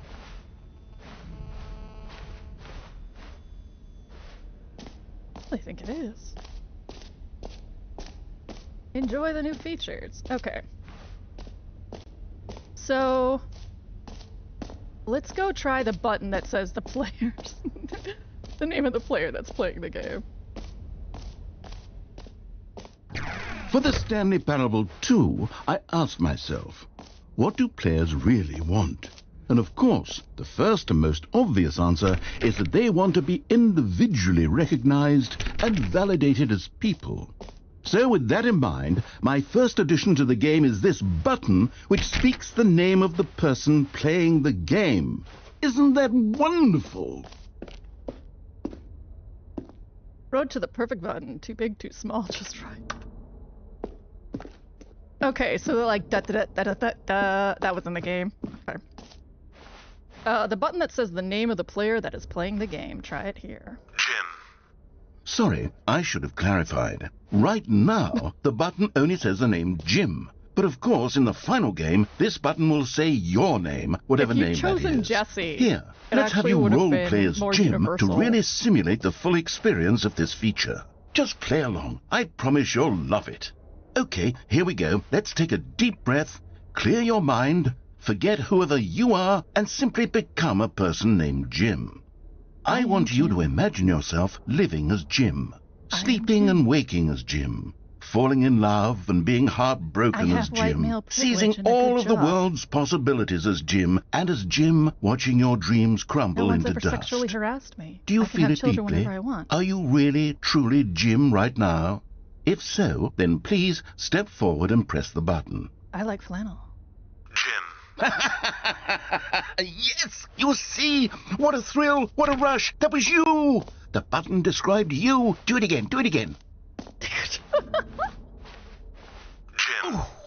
It hits even harder the second time. If this were the only new feature in the Stanley Parable 2, it would still be worth the money. Let's take a break from the Jim button. I'm too emotionally drained from all of this personal validation. You know what? I'm gonna hit it one more time. Because I am spiteful by nature. Whoa there, cowboy. Sometimes a person can be too much, Jim. I'm putting the Jim button away. Otherwise, soon you'll start to lose all sense of who you actually are. Okay. Let's go... Being Jim makes me want to walk off a bridge. I suppose I could allow only people named Jim to play the Stanley Parable 2. That would actually save me the work of finishing this feature. Jump circle, infinite hole, collectibles. I am here.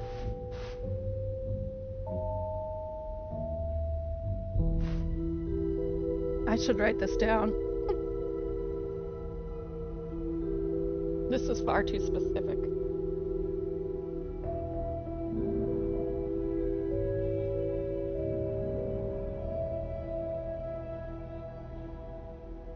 I'm sure it's truly random, but just jump circle this map. Free achievement! The button that says the name of the player that is playing the game. Merch. Settings World Champion. The Stanley Parable Reassurance Bucket. Office decorations. Epilogue. Collectibles. Infinite Hole. That's it. Okay. So, where is Q? Let's go get a free achievement. New, free, new, and easy achievement. It just works. I can't believe it just works. Shut the fuck up. Achievement.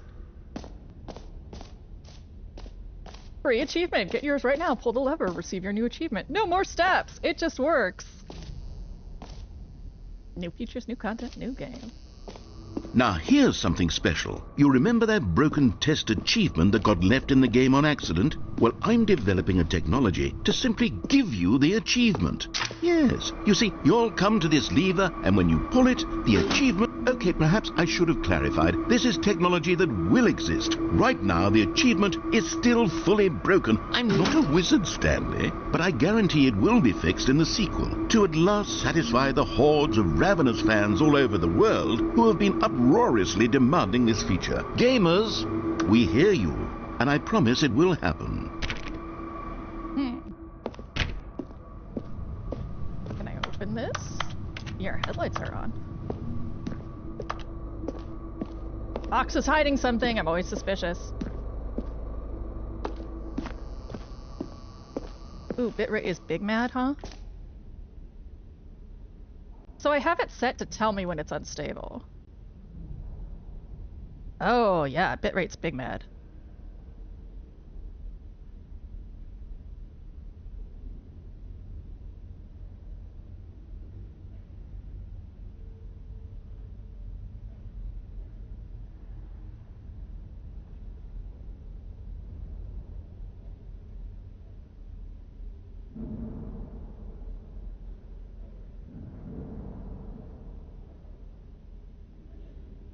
Yeah.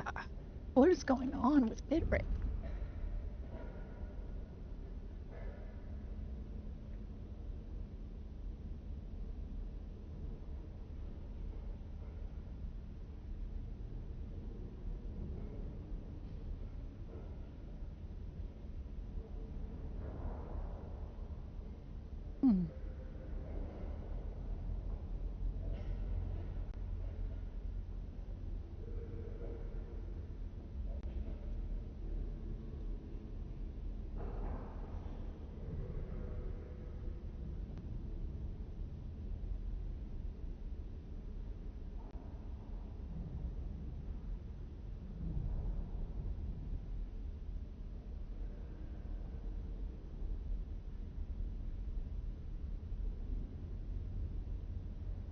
So,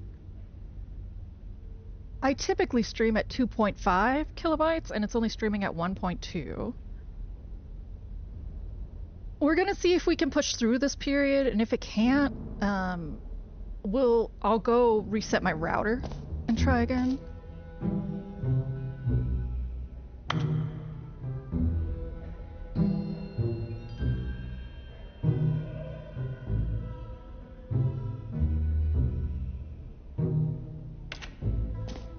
What else? What other exhibits haven't we seen yet?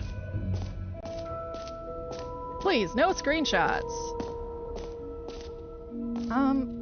What's the screenshot button? It's like is it F12? Or...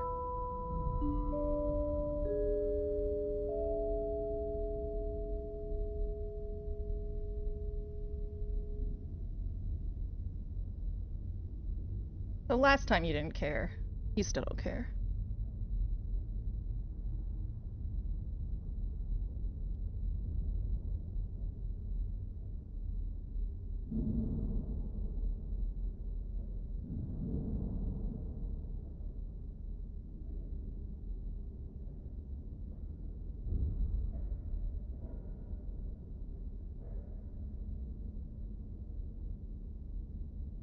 Steam overlay is Shift Tab or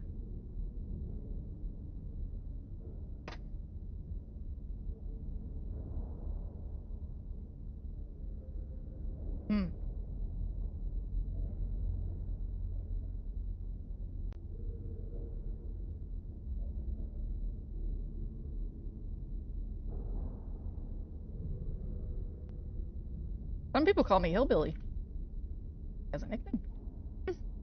Okay, I'll be honest, I haven't yet decided on this one. I think that in the new version, the office could use a bit of decoration, like balloons. But I'm undecided on Get Well Someday and Happy 12th Birthday. Which would you go with? You know, sometimes when you solicit another person's opinion, it makes you realize that you knew which one you actually really wanted all along. Happy 12th birthday, step-niece, it is. Fucker. Officer Curtin, Stanley Parable Reassurance Bucket. The button says Stanley Parable Reassurance Bucket. Stanley Parable 2 Reassurance Bucket. A common complaint of the Stanley Parable was that it was confusing and paradoxical, that it engendered a chaotic sense of reckless despair in those who played it. Well, I am happy to say that after much consideration, I've engineered a clever solution to this fundamental problem with the game. It's the Stanley Parable Reassurance Bucket. You see, Stanley, anytime you're holding the bucket, a sense of calm and ease will fill your mind and your heart. It's true. As long as you hold on to the bucket, the many disorienting contradictions of the Stanley Parable will feel perfectly normal and perhaps even comforting. You may even come to long for the gentle embrace of jarring cognitive dissonance while the bucket is in your arms. And to be honest, it's a much more convenient solution for me than actually redesigning the game to be less uncomfortable. Can you imagine what a pain in the ass that would be? Yes, the bucket is the perfect solution. Come on, give it a try.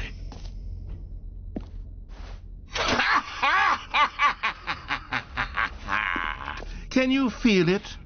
The glow of comfort, even in the face of crushing despair, must already be sweeping through your body. And in fact, can I say that I do believe the bucket lends you an air of charisma as well? I think that just holding it has made you the slightest bit more attractive as a person.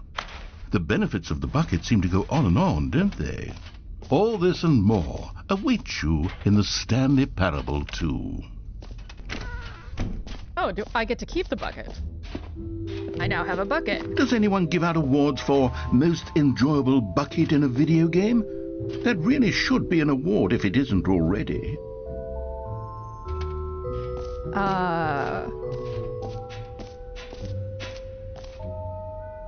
We did office decorations.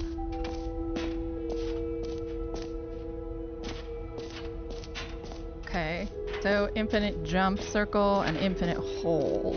Okay.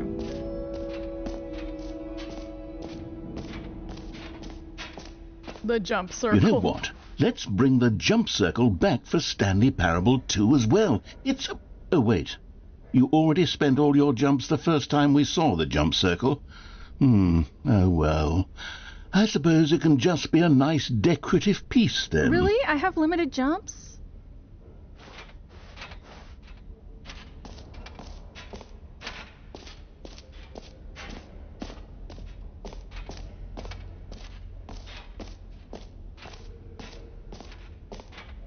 Distant space-time, time like infinity, distant future, a hole like infinity, falling, distant space-time. Oh my goodness, time and depth.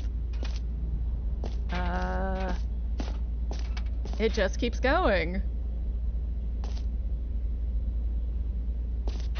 Depth, space, question marks, science, more. Okay. Stanley, here's an idea that I'm truly fond of. It's never been done before in a video game. This is in fact a hole that you can fall down forever. That's right. Infinite falling. You can fall until the end of time if you like. A stunning leap forward for video games as a medium. Sure.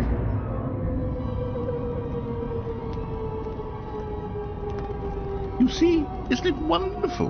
One of my more ingenious concoctions, if I do say so. Now then, since you've gotten to see the infinite hole, you can press the teleport button to pop back up to the top, and we can continue onward. Now, I don't mean to be a bummer, but I do recommend you use the teleport button to go back to the top. Maybe do it on the sooner rather than later spectrum of things. Once again, the spite. Okay, Stanley, I don't know quite how to say this tactfully, but it's possible that I slightly exaggerated the infinite nature of the hole. Is it a very, very deep hole? To be certain it is. It's an extremely deep hole. I don't want anyone to say that it isn't an astonishingly deep hole. It is. Is it infinite? Well, that sort of depends on your definition of infinity. From one perspective, the infinite is merely philosophical in nature. It's more of a... Okay, well, good for you. You found the bottom of the hole. You found me out, Stanley. I'm a liar and a cheat, and you're so clever. Look, I think the issue here is just that you're unusually fascinated by falling. What normal person actually wants to fall infinitely? I figured the hole was as deep as anyone would actually need. Don't you put this on me. Maybe you're the problem.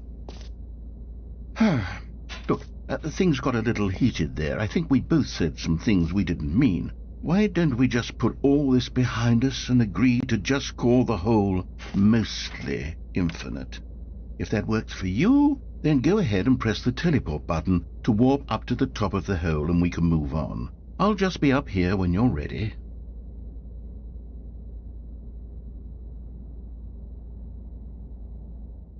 I guess we'll restart the router now, while we're waiting. I'll let you know if anything changes when I get back.